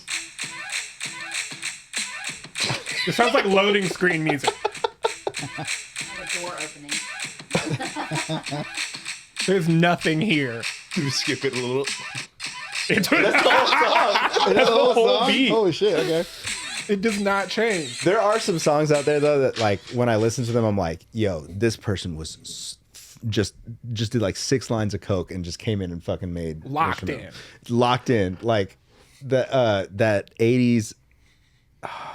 Who sings Two of Hearts? Two of Hearts. Yeah. Have you heard that instrumental? It's just a dude with a drum machine, like just the whole song. I'm gonna pull up who that is. Who was Two of Hearts? Dude, for me, the thing that I'm always Stacey impressed. Q. Stacey Q. Stacey Q. I'm always impressed with like, how the fuck did you hear this song? You thought I want to rap over this, like, just some of the samples that like Dre used and like that early crew. I was like, what made you think of like a Michael McDonald song, and you wanted to fucking put us, just change the bass a little bit and then But turn that's it into that the like hard ass song. that DJ brain, dude. Like where you're like chopping and screwing stuff and like Yeah. slowing things down. You're like, oh, this would be cool to like, chop this up and Yeah. have it repeat, and you know. It's just, but I just like, how do you hear that and you're like, I'm gonna put something hard under this. Yeah.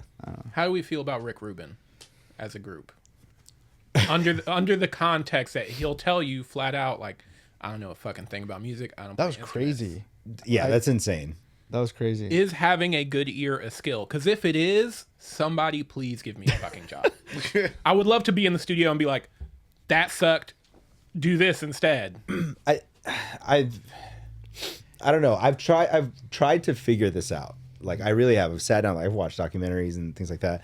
But like, it almost seems like he's just like a facilitator. Yeah. Right. He's just producer. like he knows In how to its purest get sense. you in the right headspace, and then from there, like, he just gets credit for producing the fuck out of these records. But he's like just hanging out barefoot. I mean, maybe. I mean, I think there is something to just being such a fan of something that you know when something feels right or doesn't feel right. Yeah. Yeah. You know what I mean? Like I think for me, like the one place where like jokingly, like I can be like a fucking hater is when it comes to like punk bands, like especially like the era of like skate punk and like '90s punk bands. Yeah. Like there's some bands, like newer bands I hear now, and I can appreciate like this is cool, fresh take on this genre that's been done, like songs been done so much. And then there's some bands where I listen, and I'm like, I don't dig that. There's nothing here. Yeah. Yeah. So we're agreeing. It is a skill. Yeah. Yeah. But how, having how an do ear you is a get skill, that job? but That's my question. How do you get that job? Because I've worked with like people who consider themselves like big name producers. I used to be in a band with my brothers. We were like a rock band, just a typical rock and roll band. Mm-hmm. We recorded with somebody named Michael Leonhardt. He's the youngest person ever to win a Grammy. interesting. He won like and it's a Grammy now, like most outstanding high school musician, and he played trumpet. Mm-hmm. He plays trumpet for Steely Dan. Came into the band later. Mm-hmm. Recorded our EP. I think the most that he did to actually add anything to the songs was he played trumpet on one of them, and he was the person in control of how the mix sounded. Mix sounded like shit. Yeah. Mix sounded like shit. This guy is like considered upper echelon musician. And what are the proper words for me to say someone like that is a fucking hack? And that what he did is something I could do better genuinely just by using my ears and telling someone yes or no. Yeah. Because that's really all he did. He heard the mixes and was like, that sounds great. It fucking didn't. Even the song that there were trumpets on, you can barely hear them. You can't really hear the drums, you know?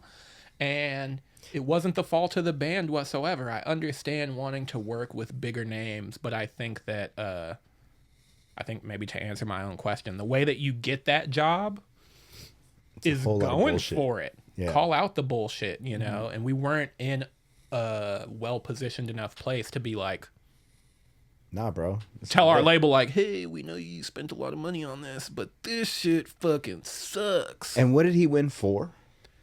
Most Outstanding High School Musician, I think, was the name of it. That sounds like a participation trophy. That's exactly what it is. Boom. That's exactly what it is. Like there's Who are you? yeah. What is that? Dude. I think also too, and I think this is what makes like music still exciting, and why a band maybe who's been doing it for a long time, why they still, you know, they still can go to the studio and see what's going to happen, is like, I think also too, like if the person doesn't understand like your sound, or they don't get it, because I still remember being like a freaking like 16-year-old or 15-year-old, probably like 16, and we went to go record our first demo. And I remember listening to the guys recording. This guy had, you know, wasn't in the punk scene or anything at all. We were just a punk band. And I remember hearing his recordings and being like, dang, this might be too polished for us. Like, you know, being a punk band, we maybe don't want to do this. But we were like kids. Yeah. And I remember just hearing the kick and like looking at my buddy, and we're like, that's not it, man. Like that, our drum kit doesn't sound like that. Yeah. Why does it sound like that to the speakers? And like him just kind of being like, oh, it's gonna sound good, blah blah blah, and it's not knowing. And then we get our demo back, and we're like, being 16, I was just like, this Yeah. isn't Yeah. like. Thank you for recording us, but that's not us. That's It's not how true. sound. Personal taste or personal ear definitely plays a huge factor. Yeah, You're because maybe he hears in his mind, you know, maybe that he's like, oh, this needs to be, I don't know. This needs to be like something that you feel more as opposed to like stuff coming out sharper or something. I don't know. Yeah. I don't even know how to explain that, but I don't know. It's weird. Have you guys have heard the story about Rick Rubin and System of a Down, right? Oh yeah. About like Chop Suey. Shout out System of a Down. System of a Down is probably one of the only examples of like white people. So happy Black History Month. Of white people saying nigga, and as a culture we're like they asked Wu-Tang Clan if they could cover Shame on a Nigga. And Wu-Tang was like, Yeah. that would be fucking sick. And you listen to it, it's fucking sick. It's good. It's fucking sick. Speaking of, did you see Meth Man just got arrested? Oh, What? So I guess his daughter had an abusive boyfriend, and he tracked his ass down in the gym and beat the fuck out of him. oh, this is a I was like, celebration then. Yeah. I thought you were about. And the pictures they have of him are like him showing off his abs and shit. He's like flexing. You scared the shit out of me. I thought you were about to be like, Method Man is actually a piece of shit. No, that would hurt. That would hurt. I love these feel good stories. Yeah. we need more of them. So the going back to the Rick Rubin thing, so they talk about Chop Suey, and you know there's like that Bible verse section. Yeah. And they were like, yeah, we're recording so many different lines and nothing sounded good. So I said, go over there and grab the first book you find. And it just happened to be a Bible. And they opened it. And that was the first line they saw. And then they recorded it. Yeah. I hear stories like that and I'm like, I don't know if I believe that. I don't know. I believe it just because, like, when I started rapping, I was like, oh, I can write my ass off. Yeah. And then, like, Fish plays with a band called House of Vibe. They call themselves House of Vibe All-Stars. All of them are super well-accomplished musicians with their own whole, like, discographies from individual bands. Right. Expert musicianship, and they do covers. It's like watching a DJ live. Like I went, what's today? Sunday? I went on Friday because they do it every Friday. They did the instrumental for Bitch Don't Kill My Vibe, Sick. playing it as a band. Sick. One of the rappers that raps with them rapped, I don't remember which Ludacris song it is, but rapped a Ludacris verse over it. And I'm just like, that's the fucking sickest thing I've ever seen. Where do they do this at? A place called Killer Yacht Club in Marina Del Rey every Friday. And it's fucking sick, especially like now that I'm like 30, because I don't want to be in places with a bunch of young people anymore. And it's like an older crowd and everyone's chill and it's fucking I love it. awesome. But like just like those random stories about like writing shit. After going to House of Vibe, somebody came through. His name is MC Supernatural. He's one of the original battle rappers. He's one of the best freestylers I've ever heard. Prior to that, I would not fucking freestyle. It was like a social anxiety thing. Yeah. And this is what happens to me. I consider this to be the truth. Everybody, their first few times trying to freestyle, what happens is you get 2-3 bars in, and then you can't think of something to say. And And you end up hit that repeating roadblock. yourself. But I learned through that experience of seeing him freestyle, I was like, me rapping and not being able to freestyle is like me going to the gym and always skipping leg day. It's a part of being a lyricist. So I spent like 2-3 years going to after hours spots, because this specific one I would go to, there was a dance floor upstairs with a DJ. Downstairs there was like this lounge. And every time I came, there was like music on, just people smoking, it's an after hours. You know, people are doing crazy shit. All I ever did was like maybe drink a little bit and smoke weed. I realized whoever got there first got control of the aux in that lounge room. So I would, for real, not leave the house till like 2:30.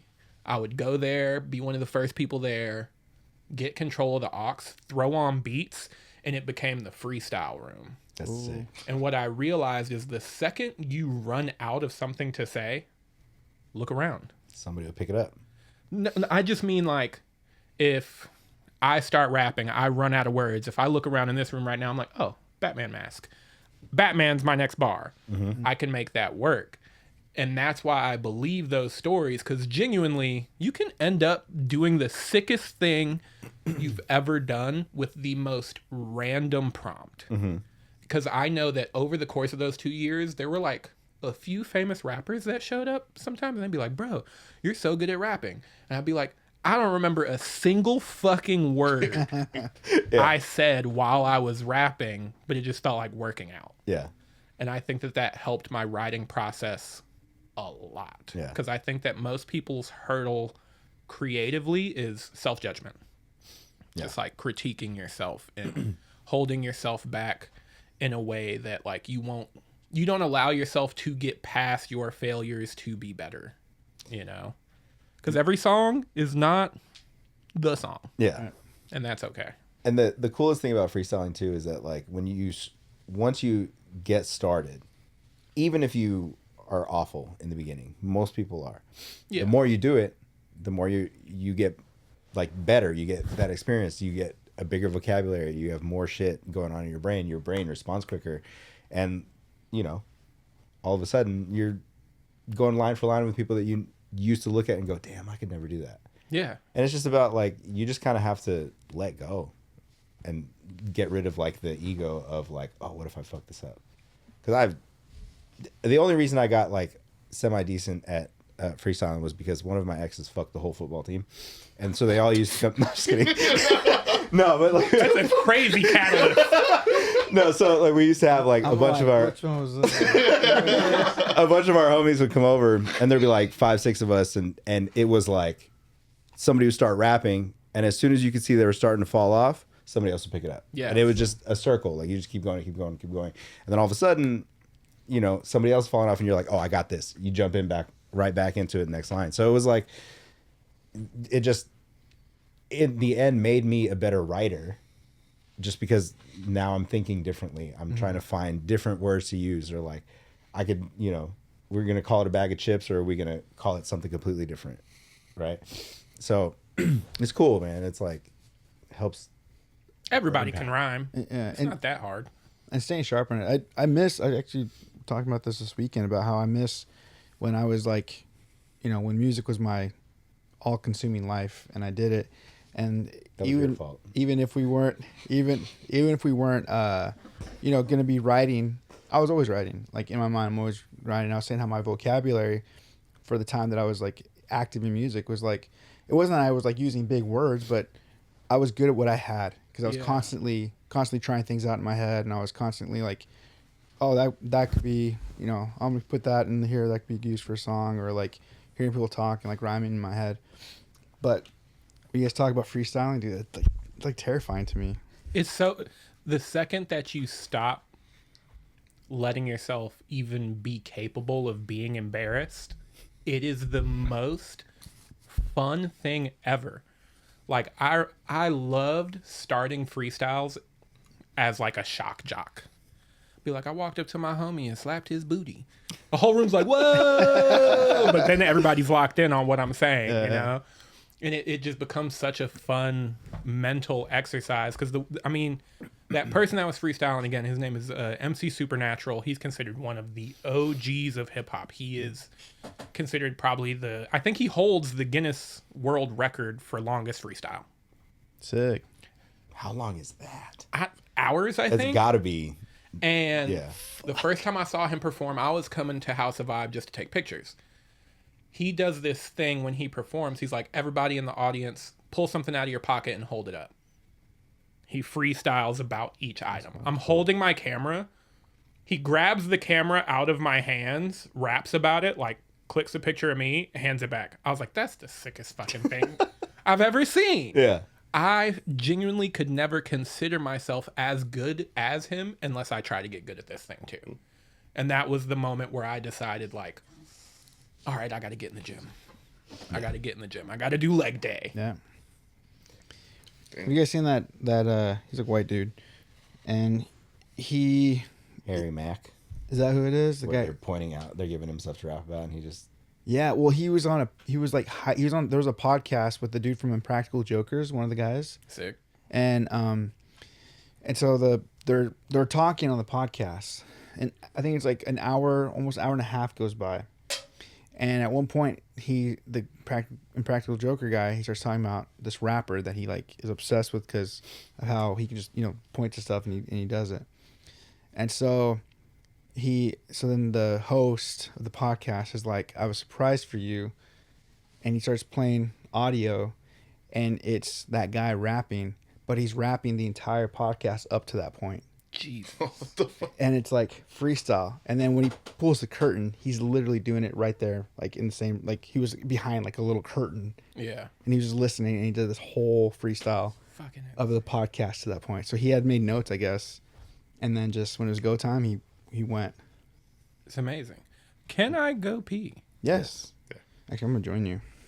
part of me wants to open this and try one of these chips, but then also when you open a bag of chips and it just smells like ass, Yeah. and then it's just gonna smell like ass in here. I guess. You guys should I'm down start to try it. finding weird food items to try every episode. We wanted to do weird fruits for him, but then I don't know what happened. What's the one that smells like corpses? Durian. Durian. Jackfruit. Those are two different things. Oh, the two different things? Yes. Really? Yeah, durian smells like a dirty diaper, Okay. and the consistency is like soft and like I don't know how to explain it. Almost like creamy. Fiber. I've been told it was like marshmallowy on the Yeah, inside. it's like kind of creamy-ish, marshmallow-ish, like, but it smells like awful. Does it taste good? Or does it taste... I don't personally like it, but there's some people that love it. Yeah. That's how I feel about bologna. Good. I got a weird love for bologna, Yeah. I can't do it. but you got to like fry it until it bubbles up. Oh, that's We also different. like spam. So Spam's great though. Island thing, dude. It's an Yeah. island thing. I rock with spam. The a fruit that I had that was disappointing because it looked cool was dragon fruit, Yeah, like regular dragon fruit, like Yeah. normal Yeah. dragon fruit. I was like, oh, this is gonna probably taste like a kiwi. Looks good. It has like no taste. Yeah.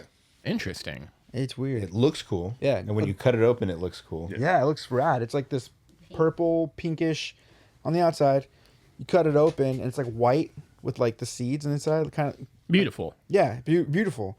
And you try it, it just tastes like nothing. But then the golden dragon fruit actually tastes sweet, so that one was good. Maybe you just got a bad dragon fruit the first time around. No. Or it wasn't fully ripe. You guys ever had gold watermelon? Yes. yeah. Tastes the same, but that's cool. I don't think I have gold watermelon. Have you had the pink pineapples? That sounds Pink sick. pineapple? Oh yeah, those. Yeah. Yeah. That sounds sick. They come they come in a box. Yeah. And they already removed the top cap so you can't replant them. But like they're fucking delicious. Do you think there's I'm like a Neanderthal. Fruit is new for me. Like there's like more pigs in North Carolina than people. It's like all meat and carbs. Yeah. The South one. That's the dragon fruit. Were y'all a bacon every morning family? I don't think so. No. You know what's something that people don't cook a lot out here? Pork chops. Pork chops. Yeah. Yeah. That was something we grew up in. I love a We had pork grits chop. and eggs a lot. How do we feel about sugar on grits? No, I do butter and salt. I love it. But do you do salt on watermelon? Yeah, I've tried it. It's good. It's a southern. I'm not a huge fan. I had an ex from New York tell me one time, she's like, you should put mustard on Cheetos. I was like, you're white as fuck. That's the craziest shit I've ever heard. That is crazy. To that person's credit, I never tried it, so I can't judge it. Good. But my knee-jerk reaction, fuck no. No way. I'm just Fuck not a no. I'm not a mustard fan in general. Yeah. It's not a Yeah, not a like, huge I'm thing not- for me. if it's like already in something, I won't put mustard in anything. But if it's already in it, Yeah. Yeah. I do love mustard. I'm not dissing mustard here. But Oh, it's Cheetos. Separate Yeah. things. Yeah, it's different things. yeah, I don't there know. are some things that need to be segregated. I've been waiting all day Yeah. for you to just tell toe that line a little bit. Now there's some really fucking crazy like North Carolina foods. Like at our state fairs, we do fried cola. I don't know if you've ever had that. I have had fried cola. Fucking, it's not like you're putting Coca-Cola in a fryer. It's like this Coca-Cola like custard almost with like a fried ball around it. I don't even understand this. I need to experience it. It's heart disease in a ball. The 7-Up pie? No. The fuck? Have you seen the 7-Up Yeah, it's at pies? Stater Brothers. I almost bought it. Yeah, it's just basically soda pie. It's weird. Okay. They have a Dr. Pepper one too. I do like Frito pie. Like the 7-Up pies. Yeah. Isn't that what they call it? Frito pie? Frito pie. Frito- Where you put the chili in the bag? Mm-hmm.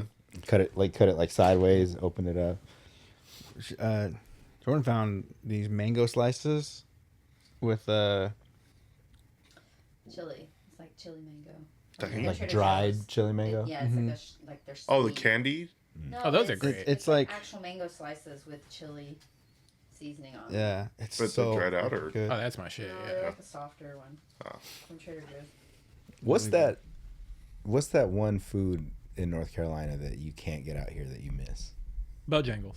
But Bojangles is coming here in the Yeah. next year or two. I'm telling you, Raising Cane's, Popeyes, Churches, cooked. Done. Cooked. They're gone. They're gone. The goat is here. Yeah. As far as chicken joints go, Bojangles has got it. Bojangles is fire. Yeah. Look at I miss Bo-Berry biscuits. I remember moving out here and like telling friends that Bojangles exist, and they felt like I was telling them like a racist joke. Yeah. Bojangles is not a name that really inspires. Well, when I think of Inclusion. Bojangles, Yeah. I think of an old SNL skit with Will Ferrell, and his cat was named Mr. Bojangles. Oh, sick. Yeah, it was a Bojangles was a tap dancer from like the 40s and 50s. He performed with what's the little girl? Shirley Temple. Yes. Oh, Actually, yes. Yeah. I was about to do I was about to like recite from memory the commercial that came on when we were because animal crackers in my system. Yeah. There's a lot, and I will say something I haven't like talked about too much publicly. I'm a fucking nerd when it comes to most things art related, like music, movies, media in general. Like a lot of pop culture stuff. I fucking love it. I suck it up. I love reality television. I love learning about the implications of reality television. Like I learned the other day, the reason they stopped doing those celebrity dating shows like Flavor of Love, Rock of Love, is because one of the contestants from one of those shows one of the contestants from Rock of Love created her own show. Mm-hmm. One of the guys on that show ended up killing somebody. Oh. So they stopped doing those shows. fuck. And I'm like, huh. Yeah, we haven't had one of those in fucking forever. I love that first season of Rock of Love, though. Dude, Banger. Love that's it. when I met Brett Michaels, dude. Oh, that's right. You met Brett Michaels? Yeah, so I went to school for audio engineering, and it was right there off Sunset. And the bottom floor was our school. The top 3 floors were like Celeb Reality, 51 Minds, and like all those VH1 things. So it was like Celeb Reality and VH1, I think, were the very top floor, and in between was a porn casting company. And our Sunset. Yeah. You already said it. Yeah. Yeah. So it was funny because we would, you could lock out like studio time when you weren't in class because there were like 8 different studios basically on campus. And you would book your time and then you just kind of hang out, Yeah. you know. And our lobby was all glass doors and stuff. Now it's like a restaurant. The school's gone. But back then, like just glass doors in the lobby, and there were some like lounge tables right up against the glass. So we would sit there and like somebody would put like Family Guy on the TV, and it'd be like 7 p.m. or something like that, and you'd see all these girls coming in dolled up, like all nice, dressed up, nice dresses and stuff. You're like, cool. And she's beautiful, right? And we go record, and then like 3-4 hours later, we'd be back in the lounge, and these girls would be getting off the elevator. Like Not as well put together. not as as they well were. put together as they were. Sweatpants, like sweatshirts, like hair tied up and stuff, and you're like, hell yeah. I hope you got that job, girl. Good for you. And then above that, we had like the VH1 celebrity reality stuff. So like we would like see. I met Suge Knight there. Yeah. Met Bret Michaels, and it's just the most random of random people would be coming through those VH1 offices, and you'd be like, "Oh, I shook Suge Knight's hand, and his hand wrapped around mine twice Yeah. because it was just fucking tiny." That's how it was when I met John Cena. Yeah, That's like actually that's my craziest like celebrity I've ever met. I was like 12 years old. I bought John Cena's album. It was like fresh. Hell yeah. It was like right when it came out. Because you know he does a lot of like community work. Mm-hmm. He is the number one. He holds the record for most times showing up for Make-A-Wish. yeah. I don't assume he's the most requested, but if you ask for John Cena, He's gonna be there. John he's Yeah. gonna pull up for He's gonna you, pull up. which I respect. So he used to, because I'm a military brat. He did a lot of stuff for the military too. He held in a record signing at our local PX, which is the equivalent of a mall for a military base. And I got there at maybe like noon. Fucking packed, first of all, for John Cena. I did not get to the front of the line till this place was about to close at like 8. Dang. And one thing I will never forget is as a 12-year-old, I knew like this guy's probably going to be so fucking tired Yeah. after this long day. Nope. He gave me his full attention, his full energy. He was super nice. Signed my shit. I still have my signed John Cena record at my mom's house. It was like, I hope your wish came true, John Cena. And I just remember his hand being as big as my torso. That's crazy. Yeah. He's fucking Big guy. huge. What album did he record? He's a rapper, dude. Oh yeah. He put out that's part of his gimmick. That was like He was a supposed to be whole- Marky Mark. That's why he rocked the jorts and like the jerseys and stuff. That was You've his heard whole his theme thing. song a million times. That's his song. Apple Dome. That's funny. I would never been into wrestling, but Wasn't That's there my like, shit. wasn't there like a backstory where they were talking about? He was talking about like, yeah, the whole reason why I did that was because my brother said you won't do that. Yeah. Yeah, and he was saying that he was. I watched that Vince McMahon documentary, That guy's the devil. which was wild because like they, on people, dude. dude, well they filmed this entire documentary like praising Vince McMahon before the allegations and everything came out. They said it in the So in the they beginning. had They're to- like, "Hey, we started making this," Yeah, and then all that shit came out. but we Here's were what already, we got. But we were already done. Like they said in the beginning of the documentary, like, by the way, we shot this from like 2021 to 2022 or something like that. He's a psychopath because they interview Vince McMahon and he's like the producer will ask him like, "Is this a bit or are you being honest with us?" And he's like, He's fucking. I don't know. He's crazy, dude. But it's the documentary is actually really. Even if you don't like wrestling, it's a really good documentary. "I consider pro wrestling to be the highest form of art we have in the world. Interesting.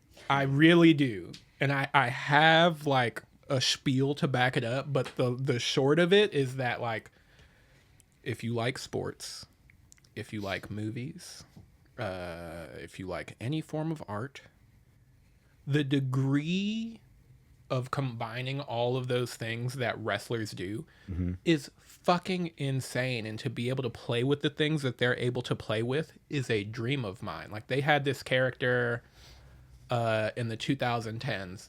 He's just a guy with an acoustic guitar, but he's guitar guy as a heel. A heel is a bad guy. Yep. So he'll come out, sit on a stool, pull up on the acoustic guitar, and he'll start doing a song. All his songs were him dissing the crowd.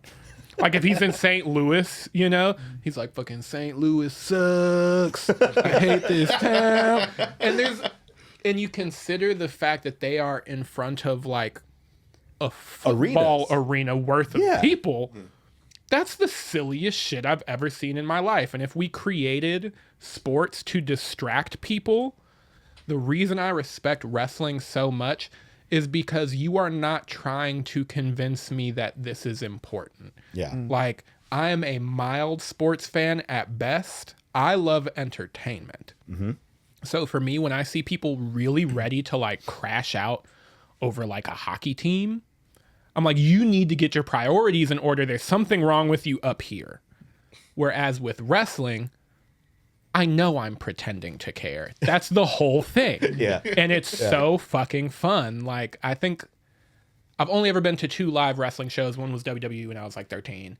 But another one, I got asked to rap at like a weed convention, which I had never been to. I was still fresh out here. More weed than I've ever seen in my life. They hired like an extreme wrestling promotion to perform there. And sure enough, all the people who have never been into pro wrestling are like looking at it because the ropes have barbed wire around them. They're like, this isn't fucking real. And they're like walking up and they're like, wait, that's fucking real barbed wire. What the fuck is about to go down? And they start wrestling. Everyone's bleeding. It's an extreme wrestling promotion, so that's their gimmick. Mm-hmm. At a certain point, one of the wrestlers goes to one of the booths, grabs their table, brings it out to put somebody through it. I could tell just by watching, they did not ask to take this booth's table. And it was the wrong. And the workers were genuinely mad and trying to like fight him for the table. And he understood how much it fed into the bit and committed to it. And I was like, that's fucking entertainment. Yeah. That's fucking entertainment. Yeah. He rips it out of their hands and they're like, no, you can't take our table. And I think the characters were like, one guy's a criminal, another guy's a cop. Yeah. And it's the criminal who grabs the table, picks up the cop, fucking slams him through the fuck. All of us are high as fuck and we're like, this is the coolest fucking thing I've ever seen, man. And for me, it's just like, it's like playing pretend with your friends when you were 5 years old. And I feel like as adults, we kind of like lose the plot on that at a certain point. Yeah. So when I watch wrestling, I'm like, yeah, beat that guy up. Dude, I don't disagree with you. When I was a kid, I never was into wrestling. And I was always like, this is fucking bullshit. This is fucking fake. This is, whatever. And then it wasn't until like my 20s where I did a different podcast, a pop culture podcast with a couple of dudes who were wrestling fanatics. And they had been into wrestling since like they were kids, like early 90s, and they never stopped loving it. So to the point where they would go like, okay, dude, like watch this match, go back and watch this series. And then like, even now I'm not a wrestling fan by any means, but like I got so much more respect for it after seeing all that, seeing the behind the scenes stuff.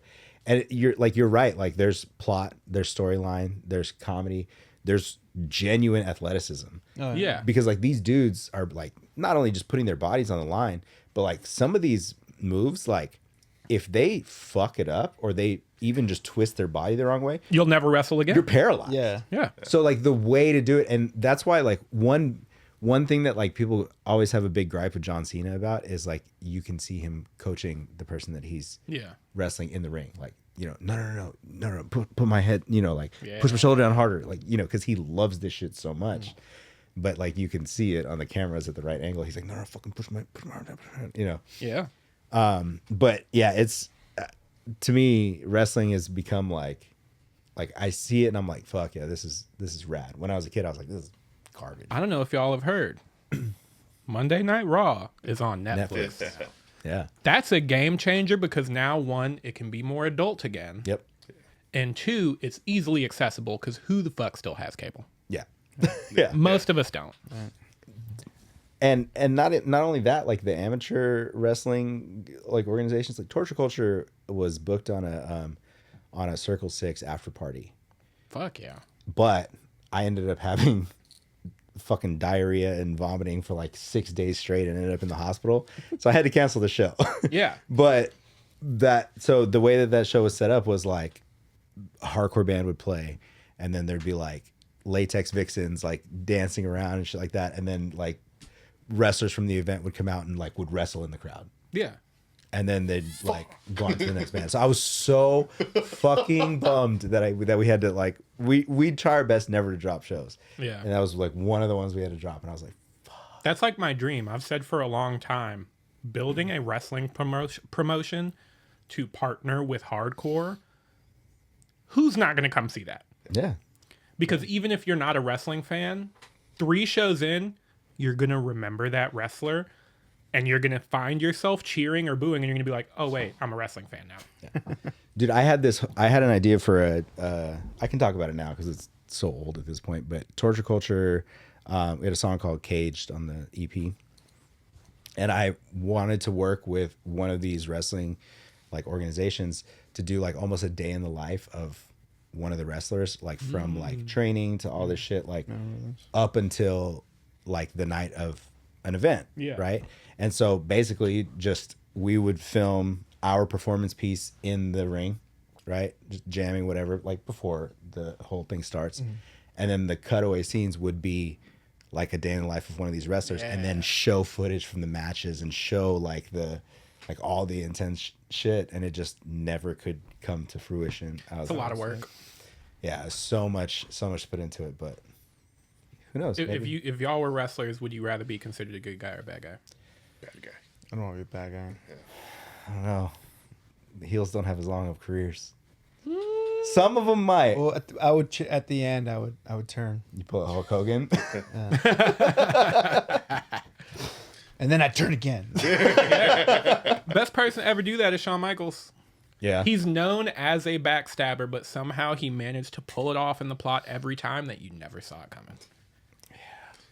And there's something there as far as like story structure that I think applies to all art forms, you know?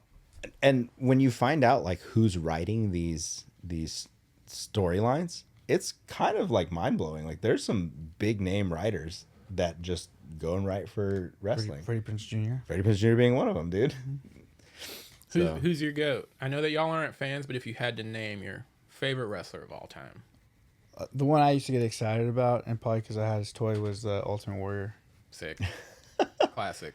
I've always been a Ric Flair guy Shout out North Carolina. Shout out North Carolina. because he was so fucking outrageous. Yeah. I have that bit off the top of my head at any given moment. What was the Flying limousine riding, wheeling, dealing, kiss stealing, son of a gun. What was the dude that his whole gimmick was that he impersonated Ric Flair? Oh, that wasn't his gimmick. That was just his whole thing, That was right? a thing for a short period of time for a storyline. I forget. It's like J something in TNA. That is one of the funniest wrestling bits of all time because it's genuinely like an OG getting their flowers while they're still on stage. And you can see Ric Flair watching him imitate him. And he's like, this is the coolest thing that's ever fucking happened. He's like, oh my, can we pull that up? That's one of my favorite videos of all time. They're doing like the woos back and forth, like whoa, whoa. It's dumb. So dumb. And that's probably my favorite thing about it. It is, I think all entertainment is inherently cheap. All of us are humans. We are at the same level of complexity. I feel like wrestling is the only art form I can watch that isn't trying to convince me that it's smarter than me ever. Yeah.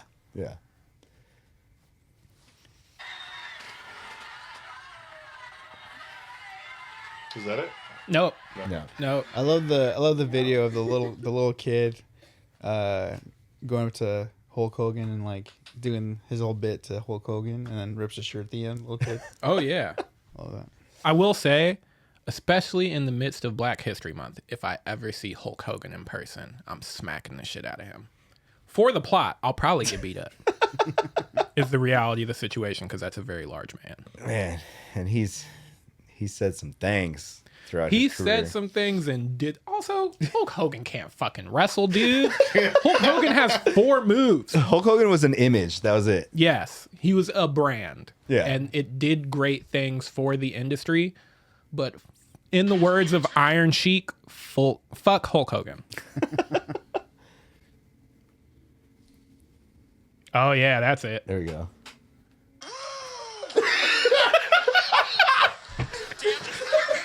It's like a Pentecostal church. Oh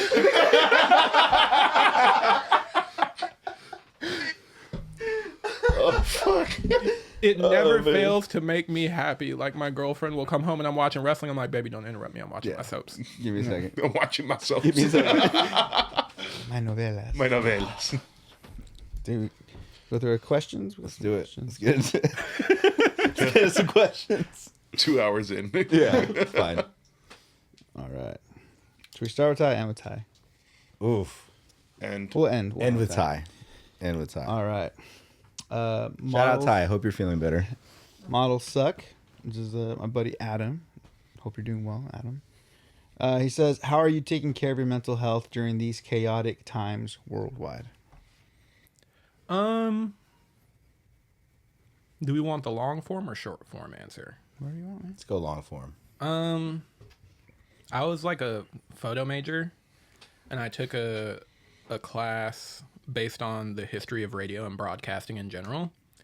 And there was a point in America's history, and this is something I think about a lot, and I do feel like it pertains to the question. I'm sorry to make it so long-winded, but when television became popular, they formed an organization to figure out what broadcasting programming in general would look like in the States. And they had to decide between whether the media that we consume as a country would be based on educational value or entertainment value. I think we both know what they picked, or we all know what they picked. Education. Nope. But they said that they would put all educational based programming on one designated channel, PBS, which is why we still have PBS. And I think that in the current state of the world, I'm constantly thinking about the fact that there is a reason that I am being oversaturated with media. The 24-hour news cycle is a fucking travesty.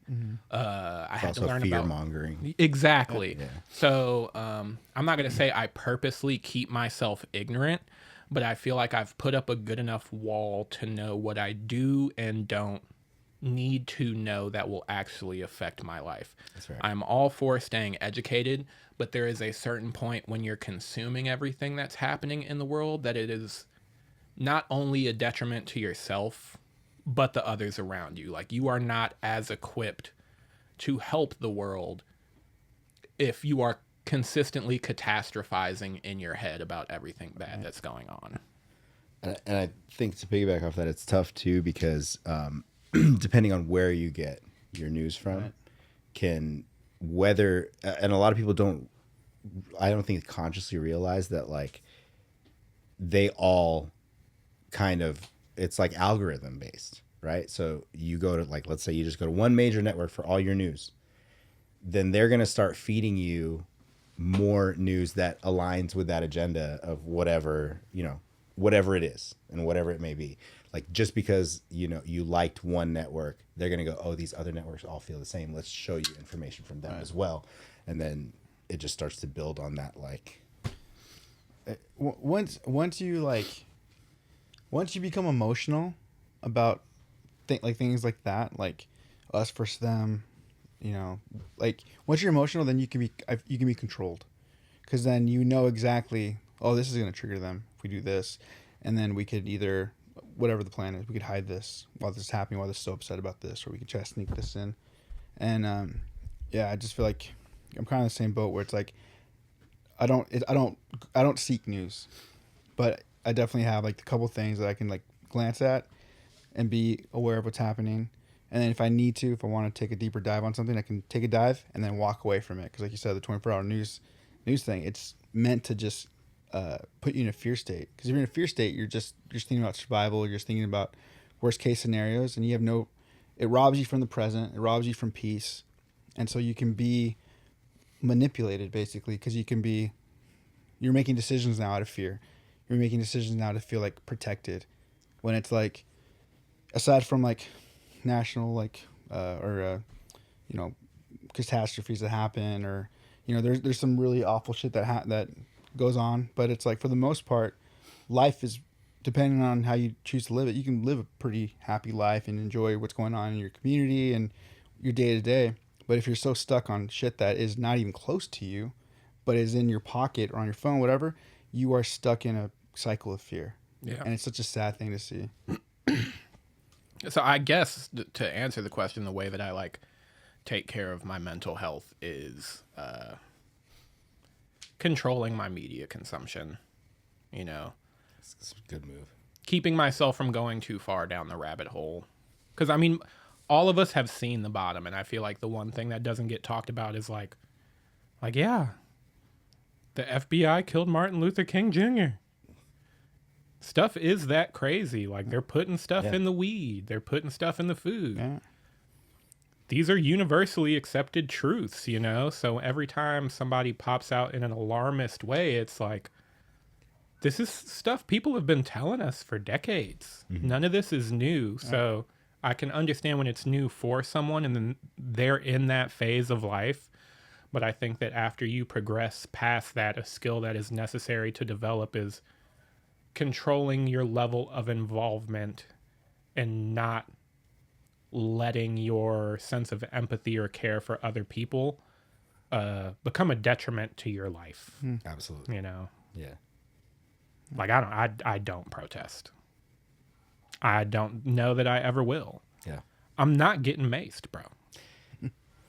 That's a tough one, man. It's like, I get it. I completely understand. But also, I'm too, like, my first focus is home. And then anything else I can expand on outward after that, I will do. Yeah. But when things are chaotic at home, then it's like, we got to figure this out first before we can figure the rest out. But that's just, you know, it's always kind of been my mentality. Yeah. And I don't know. I'll admit I'm a bit of like a cynicist. Like, I think that as a species, we're pretty fucking dumb. Yeah. You know, to actually make change, we would have to get everybody on the same page. And not only is that already hard, but there are systems in place to keep us from doing that. Yeah. And I don't know, I guess make peace with whatever you consider God to be. I know that's done a lot for me. I don't consider myself like a part of any organized religion, but I know that like the fact that I believe that the human experience isn't the definitive experience of life makes it a lot easier to deal with everything that's happening, just like macro, micro. Yeah. That's a cool. I like that. My ex is very like her mentality is she's very how do I explain it? Like her whole mindset is I didn't say anything. Her whole mindset is people, right? Yeah. Like, you know, the connection between people and like we're all one family and we're all one, you know, like species and like your babies are my babies and this is, you know, and like on one hand, like, yes, we need to all think that way. Like we're all one family, right? On another, that's going to take so much change to get there. Yeah, I'm not doing that. Your kids are not my kids. And I told her, I was deal like, with your kids. my main thing was, look, it's going to take like an either like aliens have to invade this planet or like Operation Bluebeam. like a literal act of God to where like we have no choice but to all work together. And then from there, that's when we'll start to realize, oh, this is beneficial to us. Yeah. But everybody is so stuck in their own mentalities and mindsets that it's like, okay, yeah, you go do that. I'm gonna be over here and do my shit. That makes me think of something. There is a story I wanted to tell y'all while I was here. I feel like, I don't know, disagree with me if I'm wrong, but I don't feel like I am. We all have those homies. Like one of my best friends, his name is Clash. Every time we're at the liquor store, he feels the need to make friends with whoever's working behind the counter. Mm-hmm. For the life of me, I wish he would just shut the I do not want to talk to strangers. Right. I get why some people do, but just the way that I conceptualize it is like, I don't know you. I have no idea what day you had. My general rule of thumb is leave people alone. I got off work the other day. I work for Amazon. I'm a delivery driver, so I'm working like 11 hours. Yeah. I get off, I go to the gas station, and I walk into a situation where I'll preface the entire story by letting you know all I ever said out loud to anybody else in the room was, yeah. And ended up caught in a 20-minute storyline. I go in to get gas. The guy working is somewhere else. There's like an older black dude in there. And he's like, yep, nobody's in here. See, watch this. Hello. Screams it. He's like, I've done that like 3 times. I'm like, okay. And this is, what I'm about to say is me being nice. Yeah. Which I don't usually want to be. I'm like, I'll go outside and check if he's out there. Yeah. I go outside. The guy's not out there. I come back in. There's another customer in there as well. We're standing in there for maybe 30 seconds. Guy comes out of the bathroom. Now, to me, a normal person is going to contextualize, hey, this guy's working alone at a gas station for an extended shift. Yeah, take a bathroom break. That doesn't offend me whatsoever. All I wanted to do was come in, get gas, and go home. Yeah. Put 20 on 7. Here you go. The older guy starts talking to him. He's like, yeah, what's up? Why were you I'm like, fuck. Is this a necessary social interaction? Can we agree as a people to shut the fuck up and leave each other alone? And he's grilling him about it, and you can tell the guy's annoyed that the guy's annoyed. It's like somebody maybe at my age, I think he was Indian guy working the counter. And eventually the older black guy lets it go, and I understand his sense of humor, so I can feel him switch gears, and he's like, you even wash your hands? And I know he's joking when he says that. Yeah. The defensive wall has come down. The guy working the counter does not see that. Social miscommunication. Right. So the spiral goes deeper because he looks back at him and he's like, no. And I'm like, oh, fuck. Well, now this old black dude is about to light you the fuck up because you said you didn't wash your hands. So they're going back and forth. Black guy eventually leaves. Customer behind him is an older white lady. She's asking for directions. Nothing wrong with that. She's describing trying to get to a shopping center. And the dude is like, I don't really know how to get there. I think you get on the freeway. And she's like, I don't want to get on the freeway. I've never had to get on the freeway to get there. All right. Any normal person's brain, this was his exact response. Okay, I don't know how to help you. Yeah. She's like, now I have to go ask everybody outside how to get there. No, you don't. No, you don't. You literally do not have to do that. I don't know. Maybe you don't have a phone with GPS. Either way, no, you don't have to go bother other people. Yeah. I finally get to the counter after all this. Keep in mind, all I have said out loud to anybody is, yeah. Yeah. I get to the counter and I can see the guy perceiving me enough to know that I don't give a fuck about anything that just happened. I don't care that he was in the bathroom. I don't care that this lady needed directions. Like you said, I need 20 on 7 Yeah. so I can go home. Yeah. Get out of here. That's all I wanted. And then he starts fucking complaining to me. I thought we were in solidarity as people who are working. And he's like, black people always think Indian people are dirty. And I'm like, yeah. All I said out loud was, yeah. Can I get 20 on 7? He's like, yeah. As I'm walking out, because my hands are dirty, I work at Amazon. I hit the hand sanitizer that was on the counter on the way out. And I'm thinking so much about everything that just happened and how fucking rude everyone is in public all the time, because none of us had to say anything. Mm-hmm. You don't have to talk. Yeah. Every thought that comes to your brain is not that important. Right. Please help facilitate a public setting in a way that I don't have to deal with your shit.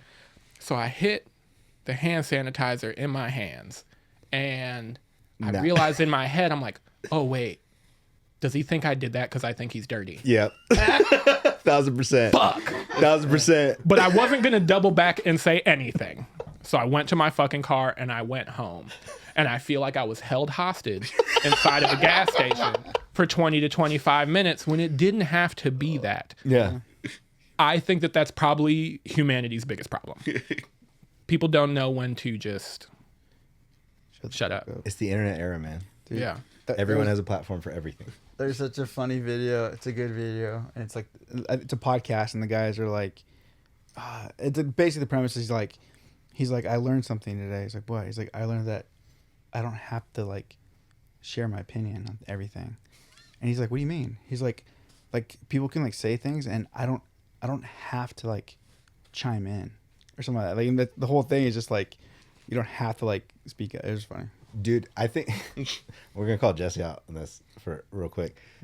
When Jesse first like Oh no. started hanging out with us and started working with us, I say with us because he doesn't work for us because Yes. we don't pay him shit. He's as broke as we are. Yeah, but so Jesse, we chalk this up to him being just way younger than us, that he always had a story to go along with everything we would say, Yeah. and he knows. He's always had a story to go along with everything you say. And we're just like, dog, you don't need a response for everything. No. You don't need to tell us a cool story about this. Don't care. Half the time. No offense. I don't Not even like anything about sharing you. what I share. Yeah. You know what I mean? So I'm sharing this because it's like a kind of a necessity that I tell this story. Or, In Jesse's you know, defense, as someone who like does stand-up comedy, that's like the whole thing. yeah. You have to have a story for everything. Yeah. Yeah. It's a whole lot of yes and. Yeah. A lot of improv going on. Yes. All that being said, I'm trying to impart my old man knowledge on Jesse that sometimes you just don't have to say anything at all. Yeah. Sometimes being quiet is funnier. yeah. And I'll tell you Or this, he let someone have their created a story. Let them monster. have. He created a monster. I'm telling you that now. Did I? I'll hang out with him, and I don't even talk to him. I'll just be on my phone. This is true. Sometimes we'll hang out like with a little fire pit out here, but don't say shit to each other. It's fucking I beautiful. love that. Yeah. It's beautiful. I don't know this, Jesse. It's beautiful. No, dude, I was hanging out with him the other day with the whole Colombian thing, and I was just like sitting down with the fire pit, no music, no nothing. I was like, man, we should have music. And then at the end of it, I was like, yeah, it's kind of cool. We didn't have music. I didn't want to talk to him either. It's how you know you've actually become friends. Just two men just sitting in silence. yeah. That's real friendship right there. Yeah. Yeah. Yeah. When I have to describe my personality to people like on the deepest level, I feel like a stereotypical cowboy.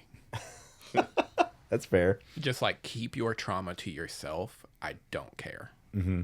I don't care. Like I care, but I don't. Like I care about you, but I don't really care about this. None of us are that unique. Right.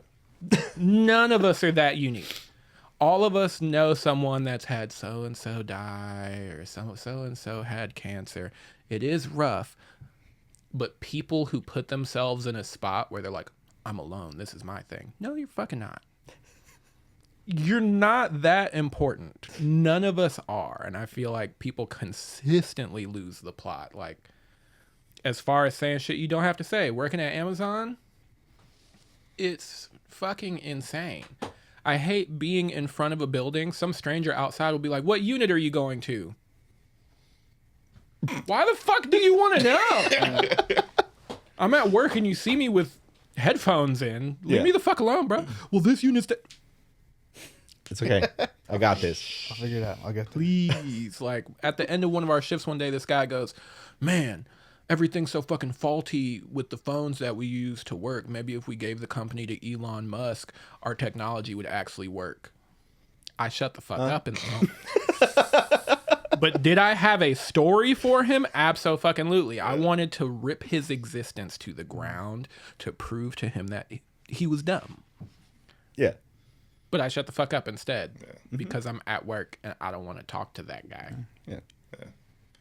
I will say this, like with what Mike was saying, I think for me, like what it was is that I had no way to connecting with people.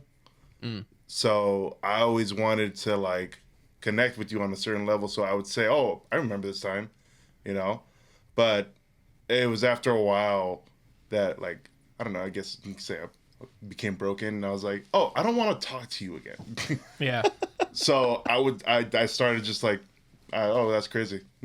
I definitely suffer from the same mentality in a sense. And I think a lot of people do when they bring up a story as something's happening. I think that for a lot of people, it's just a way to prove that you can relate. Yes. You know, and I understand the place that it comes from. I do that shit all the time. And I think the reason that I do it is because when people tell me a story that's fucked up, nobody actually has anything to say when you dump on another person. Because all you can really say back is, damn, Yeah. I'm sorry. I'm sorry. Yeah.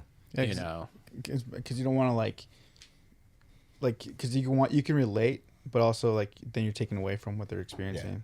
You're kind of minimizing what they're going through by going, oh yeah, well for me, Yeah. and it's like okay, So I mean, sometimes it's helpful depending on what it is, or like you said, like let them know they're not alone. Like, but also it's like let them have that. Like, Yeah.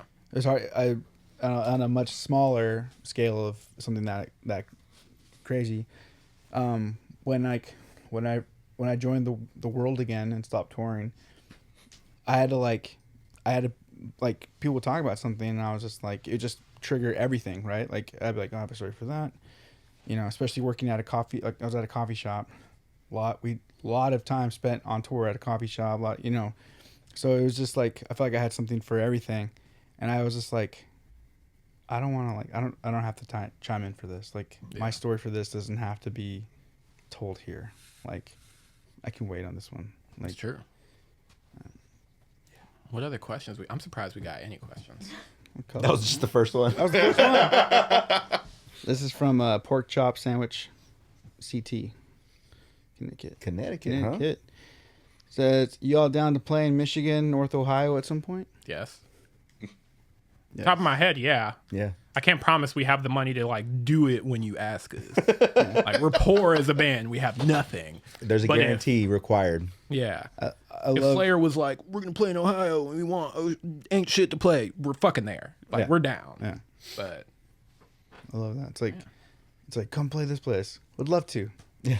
sure. Sounds great. All right, now we're going into our boy Ty. Ty plays bass in Torch Culture. Oh yeah. Spidey plays bass.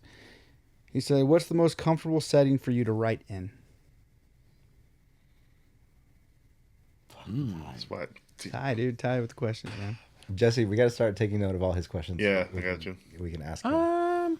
I mean, I can write anywhere, but I'm my most comfortable writing when something actually comes to me and I don't have that thought like, oh, this is something I like and I need to write to it.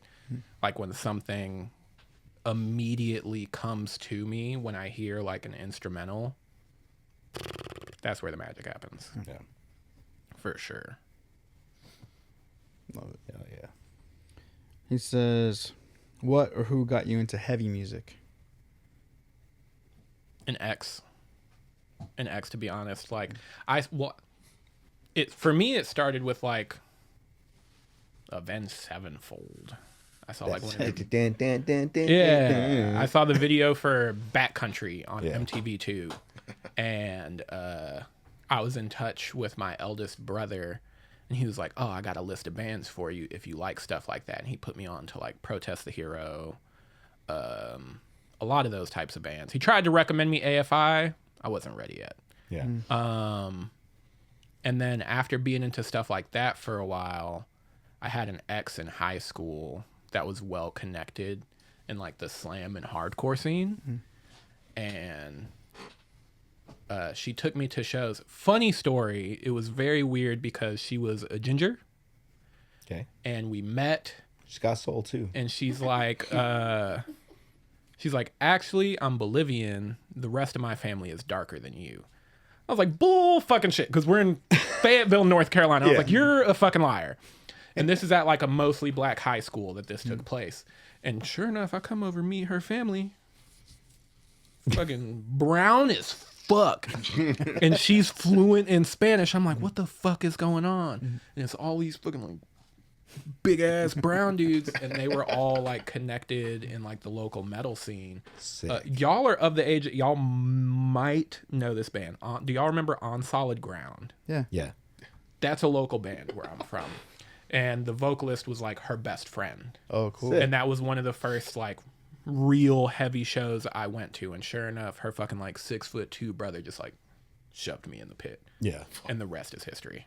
Hell yeah. And the rest is history. I love that. It's like being thrown out in the deep end. You're either going to love the shit or you're going to fucking hate it. Yeah. You'll know pretty quickly if this is for you or not. Because and this is something I told a lot of friends in the hip hop scene, like, bro, hardcore is for you. You come from a highly violent, highly traumatizing environment.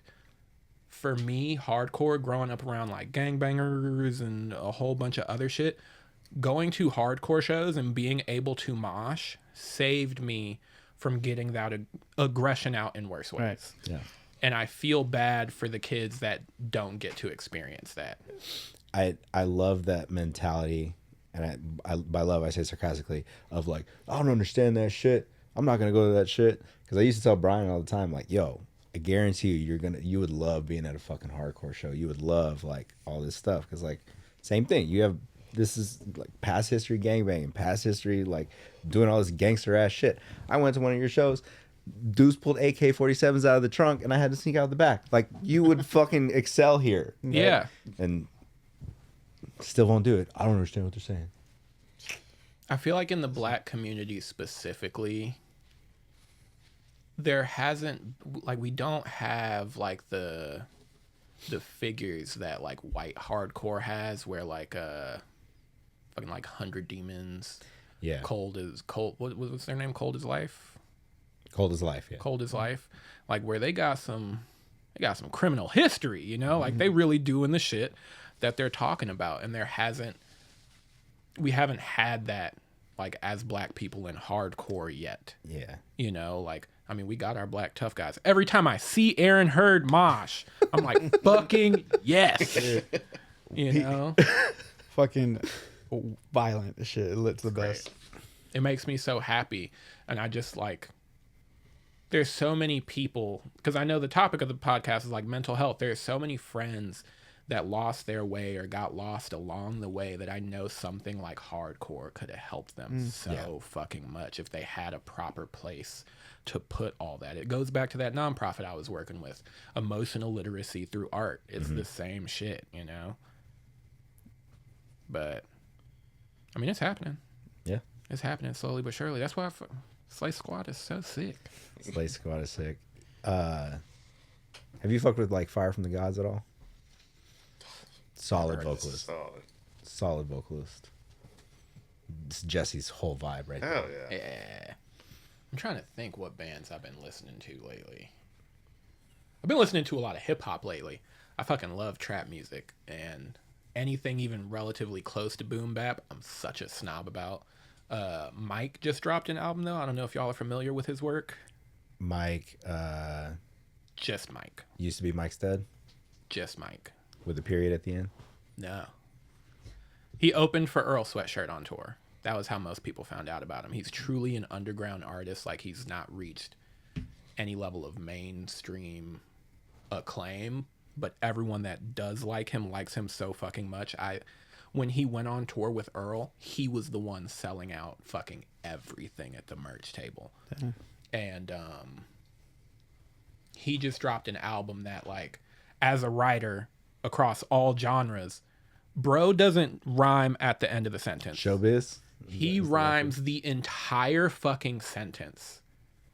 That's crazy. And it's such a crazy writing exercise to even imagine being able to do.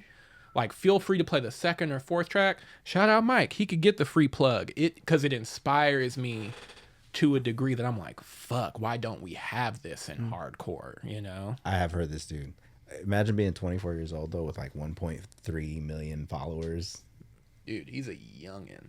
Or monthly listeners. Really pray when they circle and you feel the thirst. Like God flip the page, put a word in it. I'm still a work grown from the pains, but it's permanent. It hurt, you couldn't hold away a nigga working with it still deserves.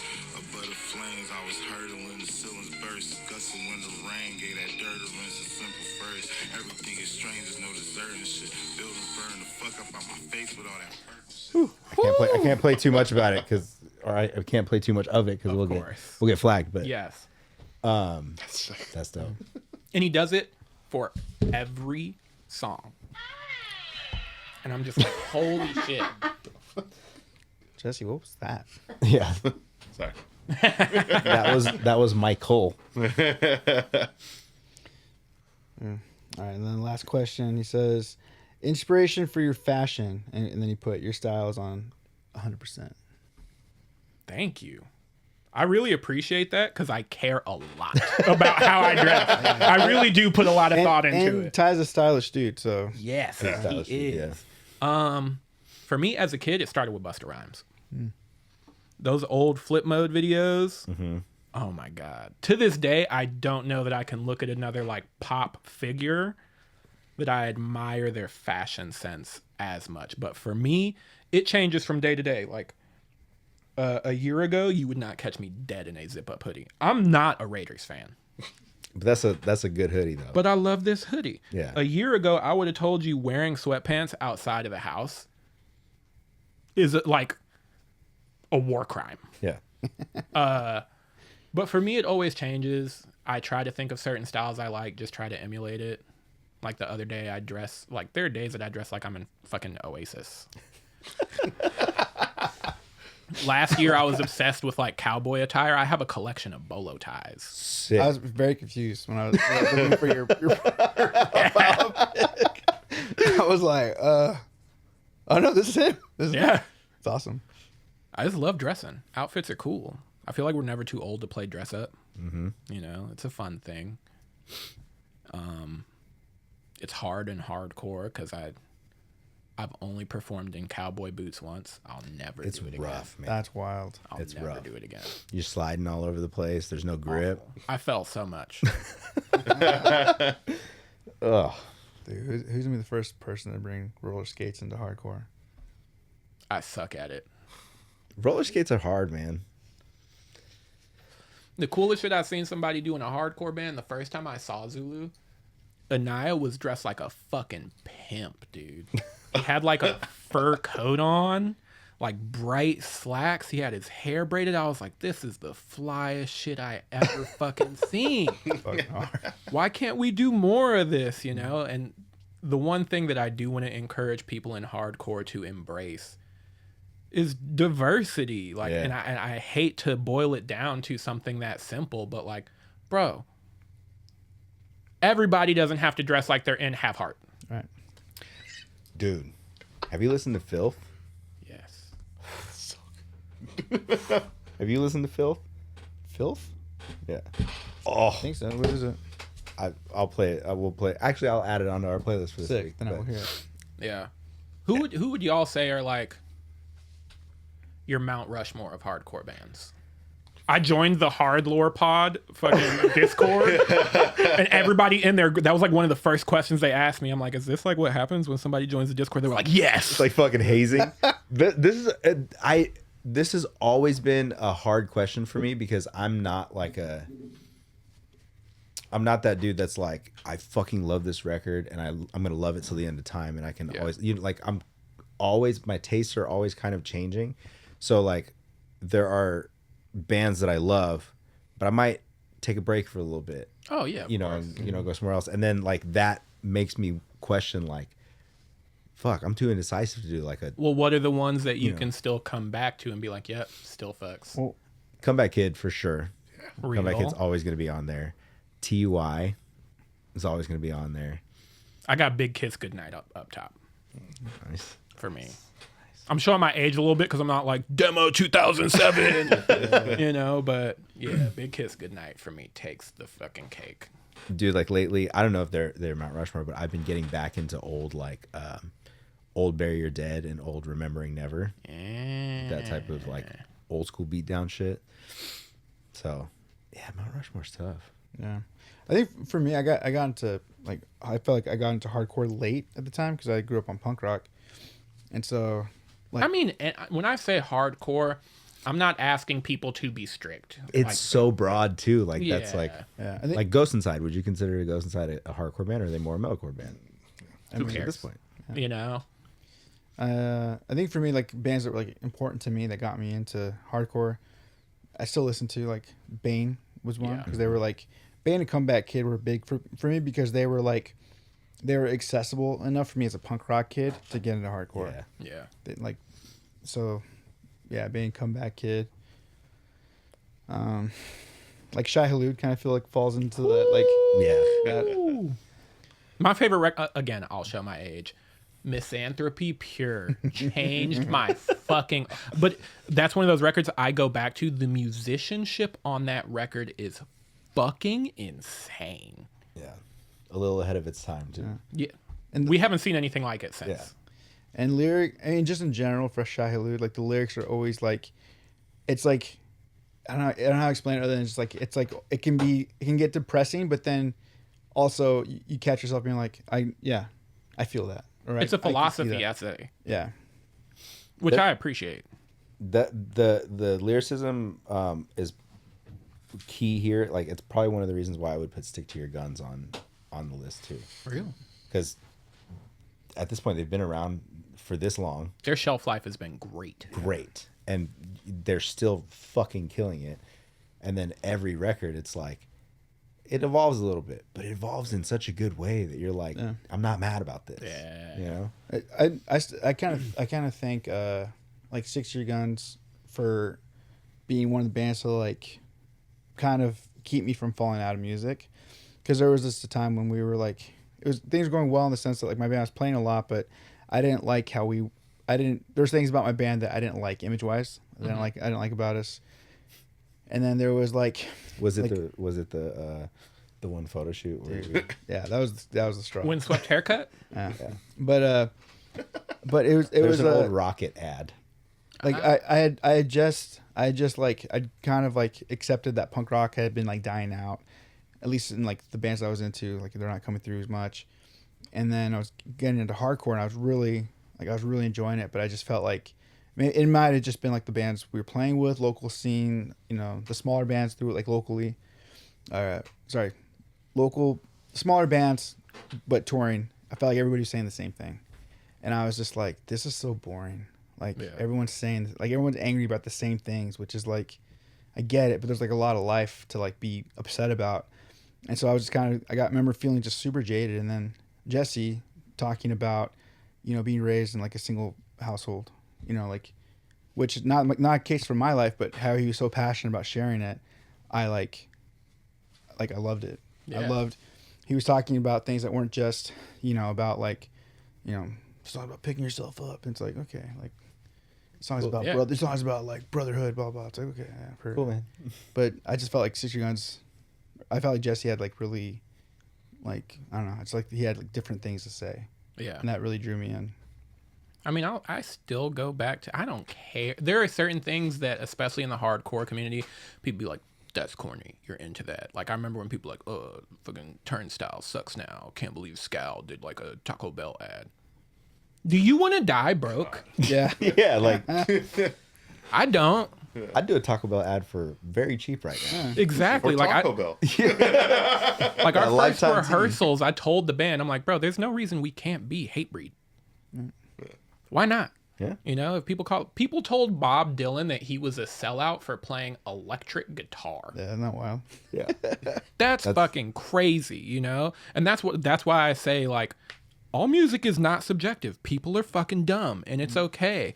We lead the horse to the water we want them to drink, you know? And as artists, it is within our power to show people what actually is cool. You just gotta make it cool, you know? Because, like, for anybody to say Turnstile isn't a hardcore band, I bet you they're better than your hardcore band. Yeah. You know, like, you talking a lot of shit for somebody with no bars. Yeah. No bars, you know? And it's just like, let people be who they want to be, because at the end of the day, you have the juice or you don't. Like, there's a young up-and-coming band out right now. I don't know if y'all have seen them, Blair.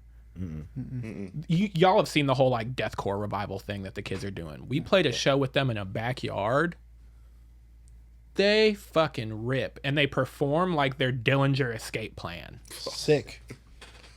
I fucking love that. You don't see a lot of that anymore. And I remember, like, talking to them afterwards. I'm like, who the fuck got you guys into this? How is this the kind of music you ended up making? Like, do you guys have OGs? Like, what are you into, like AFI? And I start naming bands. They're like, nope, never heard of them. Yeah. What? They're young, huh? They're like 16, 17, but they fucking rip. Yeah. You know, like they got the juice. There are videos of them performing to like hundreds of kids, and all these kids want to mosh. It's like the demand is there. You just got to fucking go for it. There's just like too much elitism surrounding the title of hardcore, where at the end of the day, like, you know what's probably cooler than hardcore? Anything to ever happen in hardcore? The two-tone ska movement. It's the coolest shit I ever heard. I think about the story behind, like, the specials in the UK. That's the coolest shit I ever heard. What do you mean the term skinhead comes from white ska guys shaving their head because they thought black guys with shaved heads were cool. That's the tightest shit I ever heard. And they have terms for it over there. To be a racist skinhead in the UK, you're not a skinhead, you're a bonehead. Yeah. That's what they call them. And it's just like, that's why I tell the kids, do your research, because there's some cool shit There's some wild that will shit. keep you inspired for the rest of your life if you love it that much. Yeah. And it's okay not to. I do, though. It's in a time right now where there's so much shit to consume. It's like, dude, go back and listen to some of like the OGs of this. Not because I'm telling you that like, you know, these bands are better than your band, or these bands are better than new music coming out, because that's not my intention at all. Like, but go back and listen to this shit and like see where all this like really fucking came from. But then like our OGs are going to be completely different than like Jesse's OGs, you know, Yep. even just in that small age gap. Talking to Fish from Fishbone, he put me on to The Residents. Had never heard of them. I don't know if y'all have heard of them. They're a band. They used to wear suits with giant eyeball helmets. Sick. It is the most mathy, weird shit I've ever heard. And Yeah. they were doing it in like the 70s. Sick. And it's weird to contextual. I love getting stories from OGs, because like Fish was telling me, he's like, because I was working on another project with him, and he thought it would be cool to show that to someone he knows. He's like, oh, like, it would be cool to show this to Les. And me being a music nerd, I'm like, there's only one Les. Uh-huh. Are you talking about fucking Les Claypool, dude? He's like, yeah, I think he would love y'all. I'm like, Just throw that out there. Like you're just saying that no like fucking it's big deal. casual. I'm a huge fan. Like, and I'll never be too old to, that's The Residents. That's sick. Dope. I seen that picture. I didn't know that's what they were called. Right? There's just so much weird shit that there's room for. People just have to stop limiting themselves to fitting into the scene, because we wouldn't have got hardcore to begin with if people were worried about those kinds of like norms and barriers, you know? Oh yeah. You right. I don't know. We see a lot of up and coming bands that like, shit, I'll shout out all of them. Shout out Wasted Eternities. Shout out False Witness. Shout out Shape. Shout out fucking Maldita Gente out of Tucson. First off, Tucson's hardcore scene is insane. They're doing great things out there. And kids are all right. Kids are going to be all right.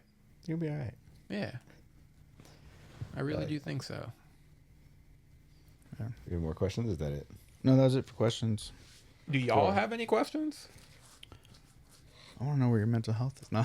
Did you do a mental health check? Yeah, that's right. I'll Questions? check. Yeah. The questions I had, we pretty much answered Yeah, throughout the course of the episode. So. I'm a crazy person. That's where my mental health is.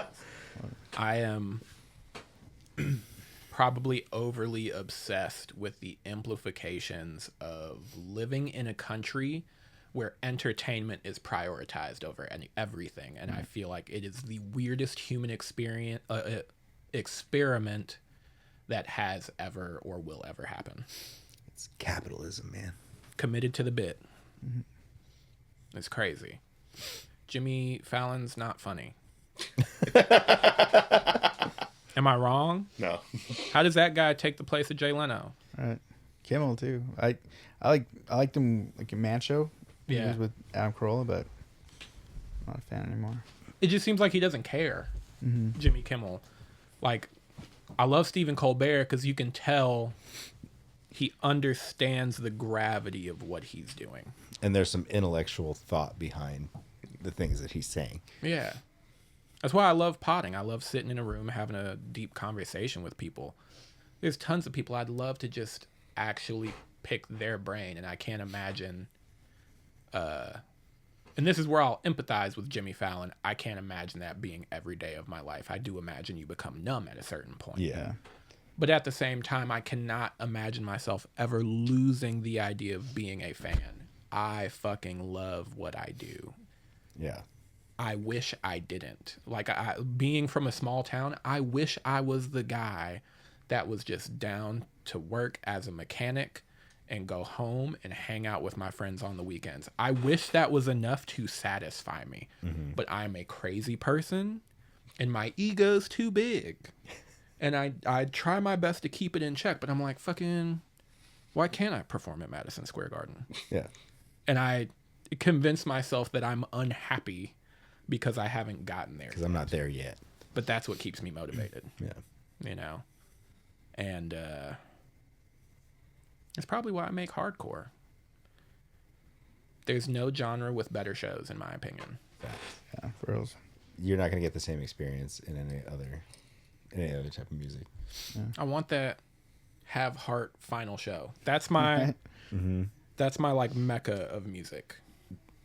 Anytime somebody asks me like about like live performances, I'm like, just have heart. That's the the barometer of success for us. Or just put on a set from Sound and Fury or any of these other cool fests that have been going on.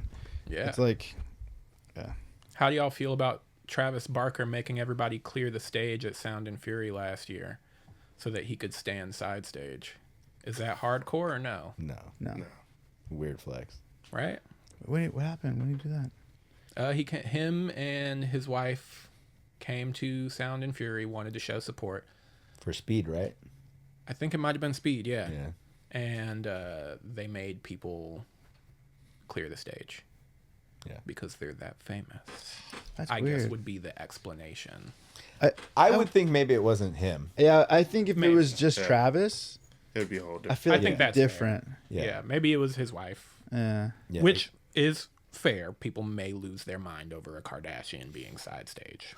Also, you wonder if they were also filming any type of footage for their TV show. True. Like, I went to a hardcore show with my husband. Yeah. My hubby. Fucking sick though that Travis showed up for Speed. Yeah. Yeah. Shout out Speed. What an Fuck, anomaly. dude. Love Oh, it. so good. Doing fucking Foot Locker commercials for Air Maxes and shit. I'm like, That is this is the every dream. This is the dream. Playing the flute. Yep. Yeah, It back works. when you guys were saying about like the weirdest thing in like hardcore music, I was like, the weirdest thing for me now that works is a flute. Yeah. I mean, but we had like Enter Shikari and stuff. Yeah. Which isn't considered a hardcore band. But they were hardcore adjacent, so they just, Enter Shikari still fucking rips. dude, that it's not their most recent single, but when they released that "Please Set Me on Fire," that intro, I was like, Yeah. "Whoa, what is this?" Okay. I'm a simple man. Tactical Nuke from Acacia Strain. Play me that same riff, slow it down. Can't believe it. Craziest thing I've ever heard. Yep. It works. You know, I don't know. As a band, we're at a spot. We just want someone to take us on the road. That's all we want. Yeah. You know, because I feel like prior to us being like, I've been actively chasing music and success in it as my primary focus in life for 15 years. Yeah. That has left me poor, of course. And the rest of my band have more functional brains than me. So they knew to differentiate those things, but I feel like that's like the role I play in the band. Like, I will do everything I fucking can to get us on whatever show. Sometimes you need that guy though. Yeah. Somebody needs to be that guy. Are your dudes like, hey, we have this, and then are they like, is everyone down to do, like, let's just say tonight when you leave here, you got a message from X band wants to take you out for a week and a half. You know, Everyone's down. everyone's down. That's good. It's like a requirement for our band, to be Good. honest. Yeah. Like, we kind of know, like, anything we can make work, we have to make work. Yeah. You know, even playing the show with Fever, I think another band dropped. I think that's the only reason we got that call. But the second that I got that text, I was like, without even asking the band, I was like, yes. Yes. Yeah. Yeah, we're fucking down. We'll figure out a way to make it work. That's where he need to be, especially if you're wanting to get out like that. I remember that being like a nice. It took a long time for our band to get to that, but I remember once we were there, it was nice to know like this is what we do and it's a priority over everything else. Yeah. So we get something and everyone knows this is what we're doing. Yeah. This is our career. Yeah. Absolutely. And it's conversations that we've had just like, hey, if somebody wants to bring us on the road for 3 months, are we all quitting our jobs? Yeah. If there's money involved, yeah. We'll quit. Sounds fucking great to me because I've never gotten to do that. Like none of us in our band have ever been in bands where like touring was a thing. Like I've been doing it for 15 years. I've been able to do some great things, but it's never been regular. They're always like one-offs, you know? Yeah, it's hard, but it's doable. I feel like right now this feels like the most accessible time to make, you know, it doesn't have to be a crazy tour, but at least make a small run for yourself happen. Cause you can, you know, like venues have like Instagram pages and like you can see who's booking at the place. Right. Like, so I feel like it's such a cool time to do that. Whereas, you know, a couple years ago, a little more difficult because you have to like, you know, seek out, you know, promoters and then, yeah. I miss the Cobalt. Dude, the Cobalt. It was still open when I moved here. I missed the Cobalt. I think my first show there was, I think last 10 Seconds of Life was the headliner when they were like in that poppin' era, that Jersey beat down. Yeah, I don't know. I think one thing we have going for us is we'll fucking play with anybody. yeah. Like when we played the Echoplex, none of the 4 bands sounded alike. It was like us, Crooked Teeth, which is like, they kind of fooled the crowd because the first half of their set, which they said they should have changed the order, but like we went on, y'all are familiar with what we do. Then like a rock band came on and they were like, hey guys, all that stuff's at the end of our set. Yeah. And genuinely by the time they got to it, thought it was a different band. Wild. And then Slay Squad, and then Fever. Yeah. Great fucking lineup. The room was confused though. I can see that. The room was confused. But I bet Fever love that. Yeah, that's their whole thing. You Yeah. know, they do the mashup, which is different. I can't imagine being able to say out loud, Thomas Pridgeon plays in my band. He genuinely may be the greatest drummer alive. He fucking rips. And it's just weird being in any type of proximity to that level of success. It just makes me want to hustle. And especially coming from the hip hop world, like, I want bands to be afraid of us. Like, I will sit down with other vocalists and be like, let's cipher and let's see who has the best bars. Yeah. You know? Because that's what's fun for me. Yeah. It still feels like a sport. Friendly sport, but a sport nonetheless. And there's a big hole in hardcore for bars right now. 1000%. You know? Because there's no reason we can't do something like what Mike does as vocalists. And I'm trying to consistently find ways to make that work in a hardcore setting. Dude, I'm excited to see like the growth and progression of your band. I really am. Because like first impressions, like when we played with you guys, I think I had heard a couple songs. But like, you know, kind of like I said earlier, like the live show changes all that. And seeing you guys perform, I'm like, oh, okay. This fucking rips. I feel like Martin told us about them. Did he? I feel like he did. Did you guys ever play with this Madre before that chain show? No. Never play. Would love that. Would love that at any point. I've only seen Des Madre once when they played the last Mosh for Youth. Shout out Corey from Move. He got me in. Sick. Oh, we were there. We were there. That was a fun night. Imagine. Was that the The day after your day wedding. after my wedding? Yeah. I pulled up in the van with a trunk full of booze Yeah. because I picked up all their booze after the wedding, and so I would like, we were there. We'd go in. We'd like watch a band play, and then we just go out to the van and just drink their booze. It was all warm. It lasted us for 6 months, so it was so That's fun. insane. It was so much. Damn. Yeah, I ended up finding like one of you guys' margarita mixes in the fridge, and I was like, I'm just gonna drink it. I think that's all we're waiting for is like maybe somebody from Mosh for Youth or Desmadre, just like another band that has the resources to help get us in front of crowds to take that chance on us, you know, because when you're not in the group, it can be very hard to find a place. Like most of the shows we have played are not hardcore shows. We've been playing a lot of like crust punk shows, straight up like just slam. Dude, tell Brandon from Condor to put you guys on more hardcore shows. He will. He tries. Yeah. He tries. Shout out Condor. Shout out Ceasefire. Those have probably been the bookers that looked out for us the most. And honestly, other bands like Low Sight looked out for us a lot in the beginning. Split Image. Yeah. Fucking, why am I blanking right now?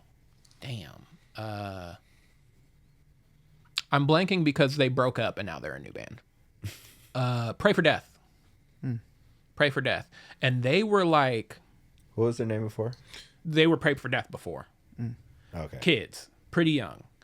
But very rarely do I see kids straight up do like hardcore. Their songs sounded like old fucking Ceremony. Yeah. And I immediately was like locked the fuck in. But they were playing like the crust punk shows with us.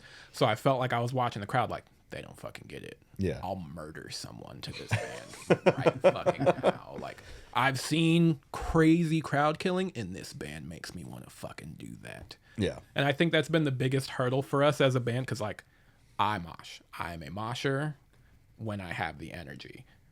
I be wanting to do, like, the blood for blood pitting, but we're playing shows with 16-year-olds. Yeah. And I'm not going to be that guy.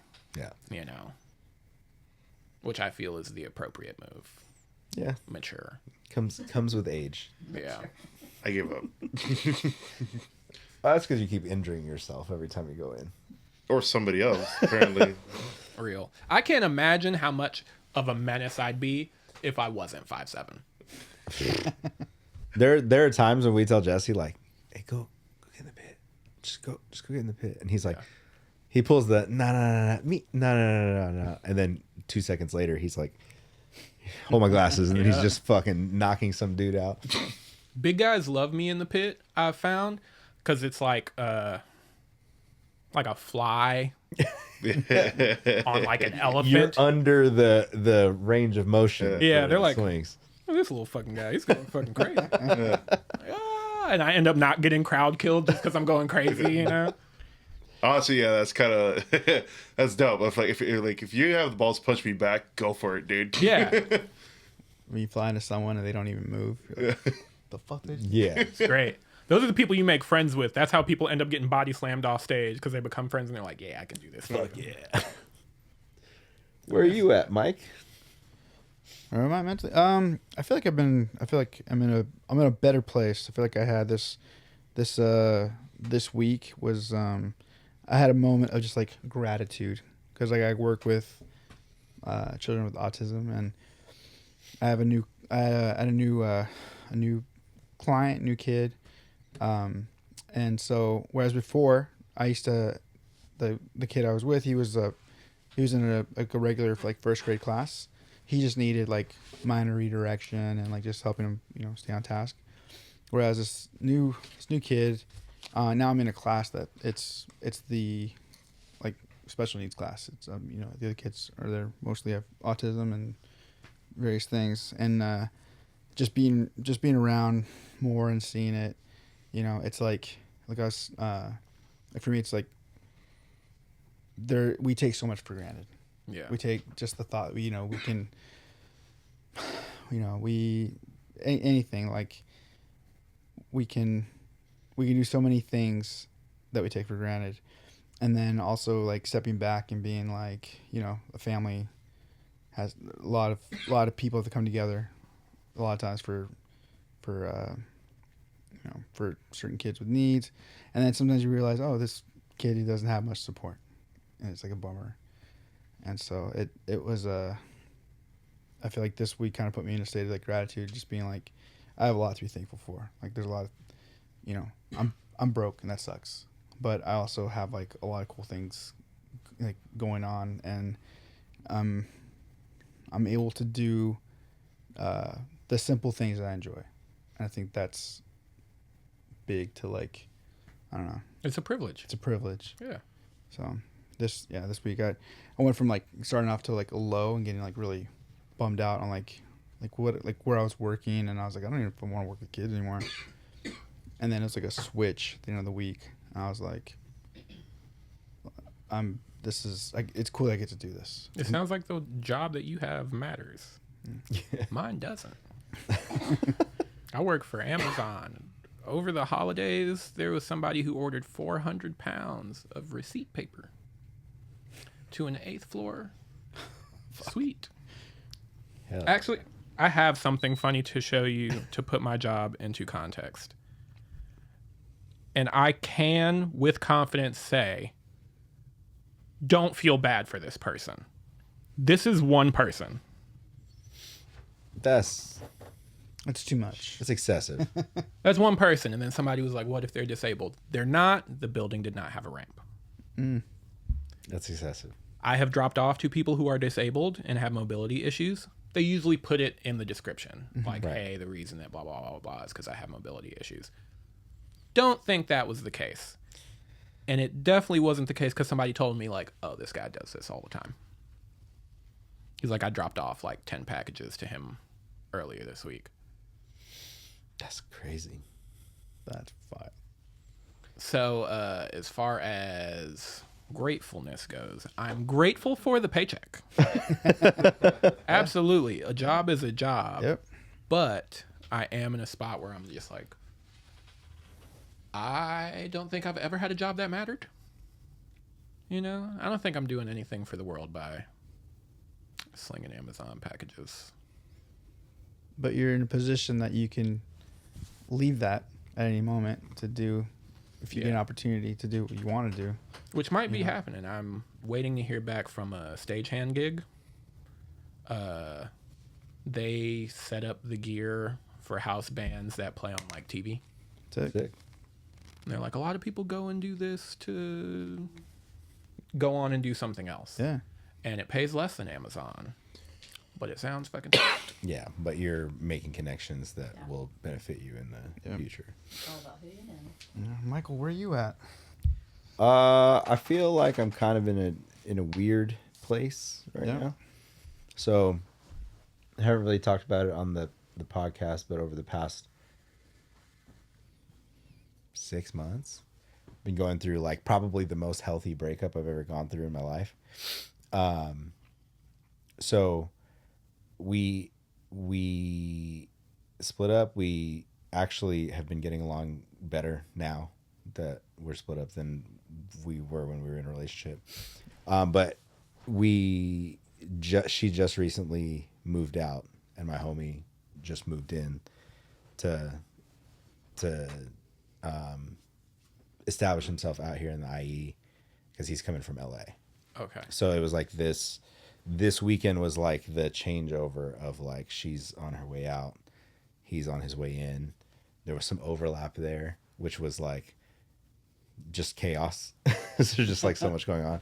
So I'm just tired today. I'm ready to just like crash. And so I feel like it's still going to be an adjustment. It's going to be something to get used to. Like earlier today, I was just by myself in the house and I was like, oh, it's real fucking quiet. There's not like a 5-year-old running around and screaming or like things going on in all different rooms. It was just quiet.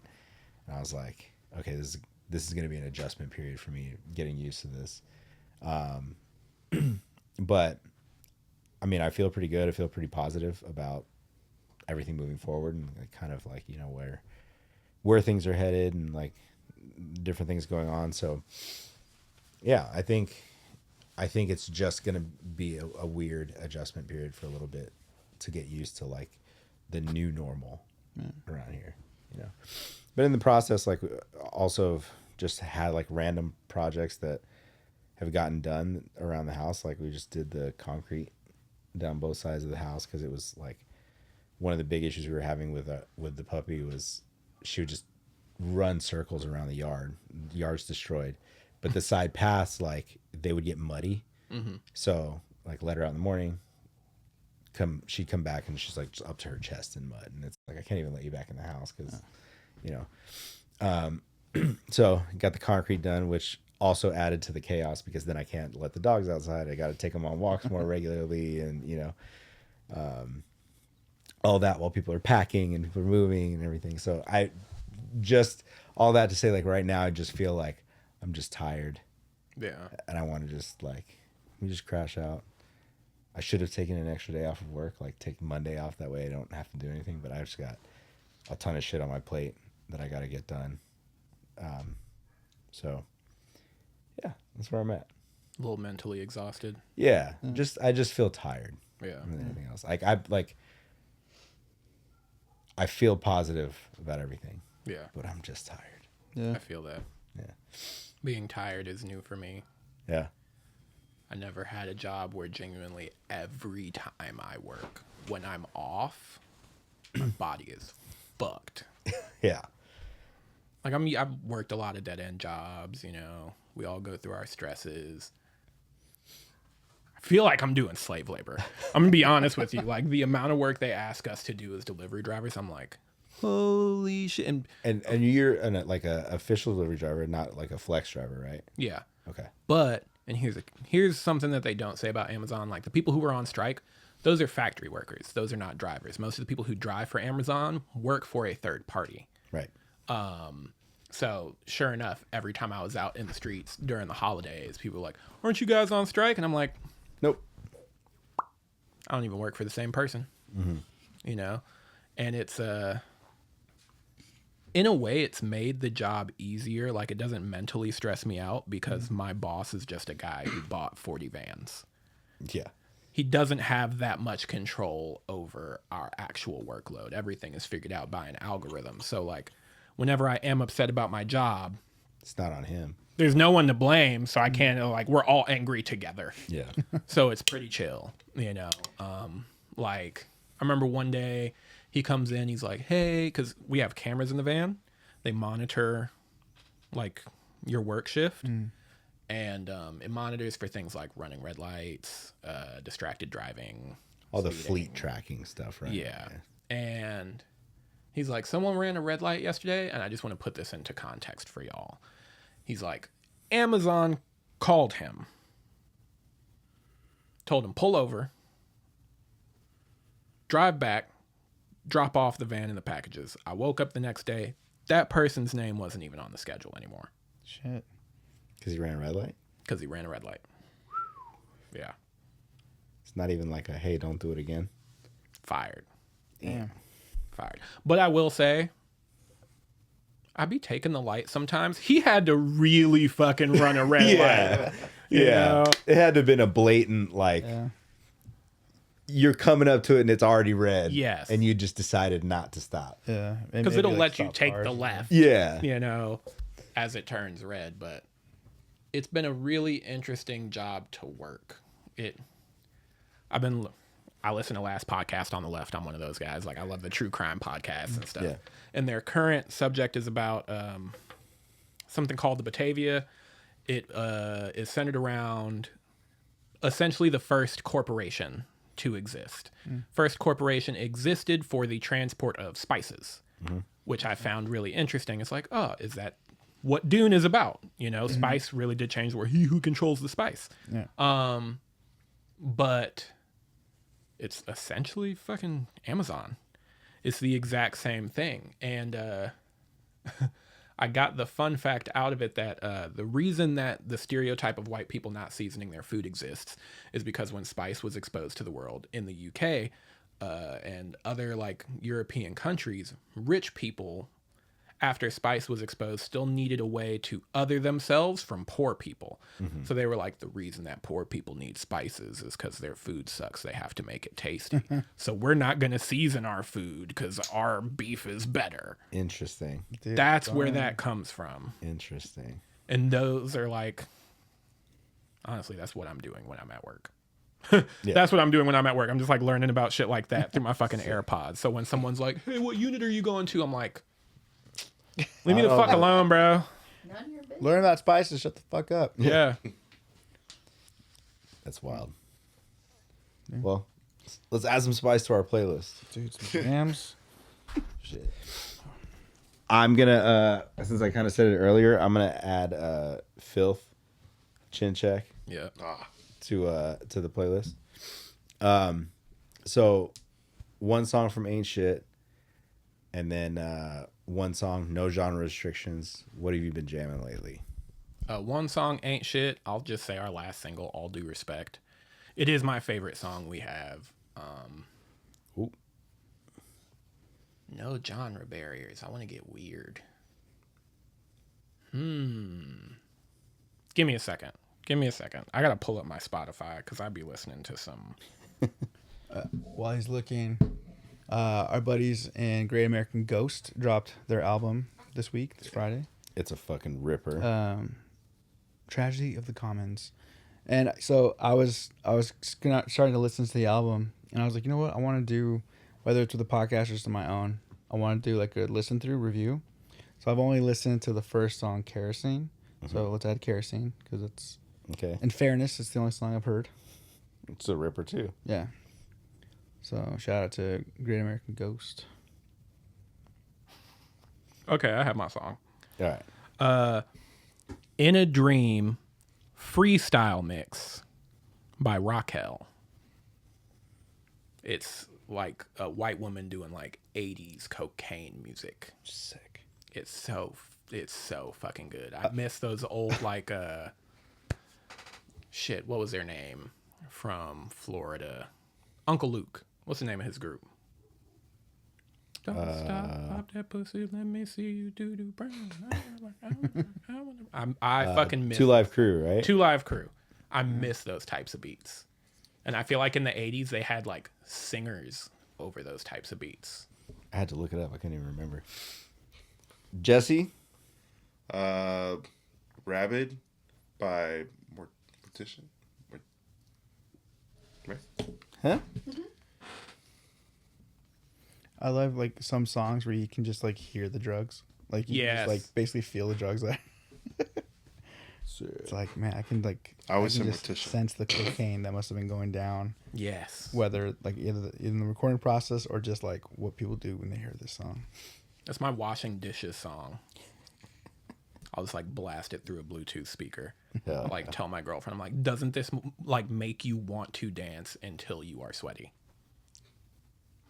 It's that type of vibe. I miss that. Hell yeah. All right. You want to plug some socials before we get out of here? You can find me at The Original Rhythm, RHYTHM. You can find Aint Shit at AintShit_HC on Instagram. Yeah, I don't know. Thanks for having me. Dude, thanks for coming out, man. So you guys, just a little sidebar. You guys played the Echo Plex, and their Instagram is the Echo, right? Yes. The Echo LA. But every time I see it, I read it as the Chola Love it. because Love it. which doesn't look like the Echo LA. Yeah. The Chola.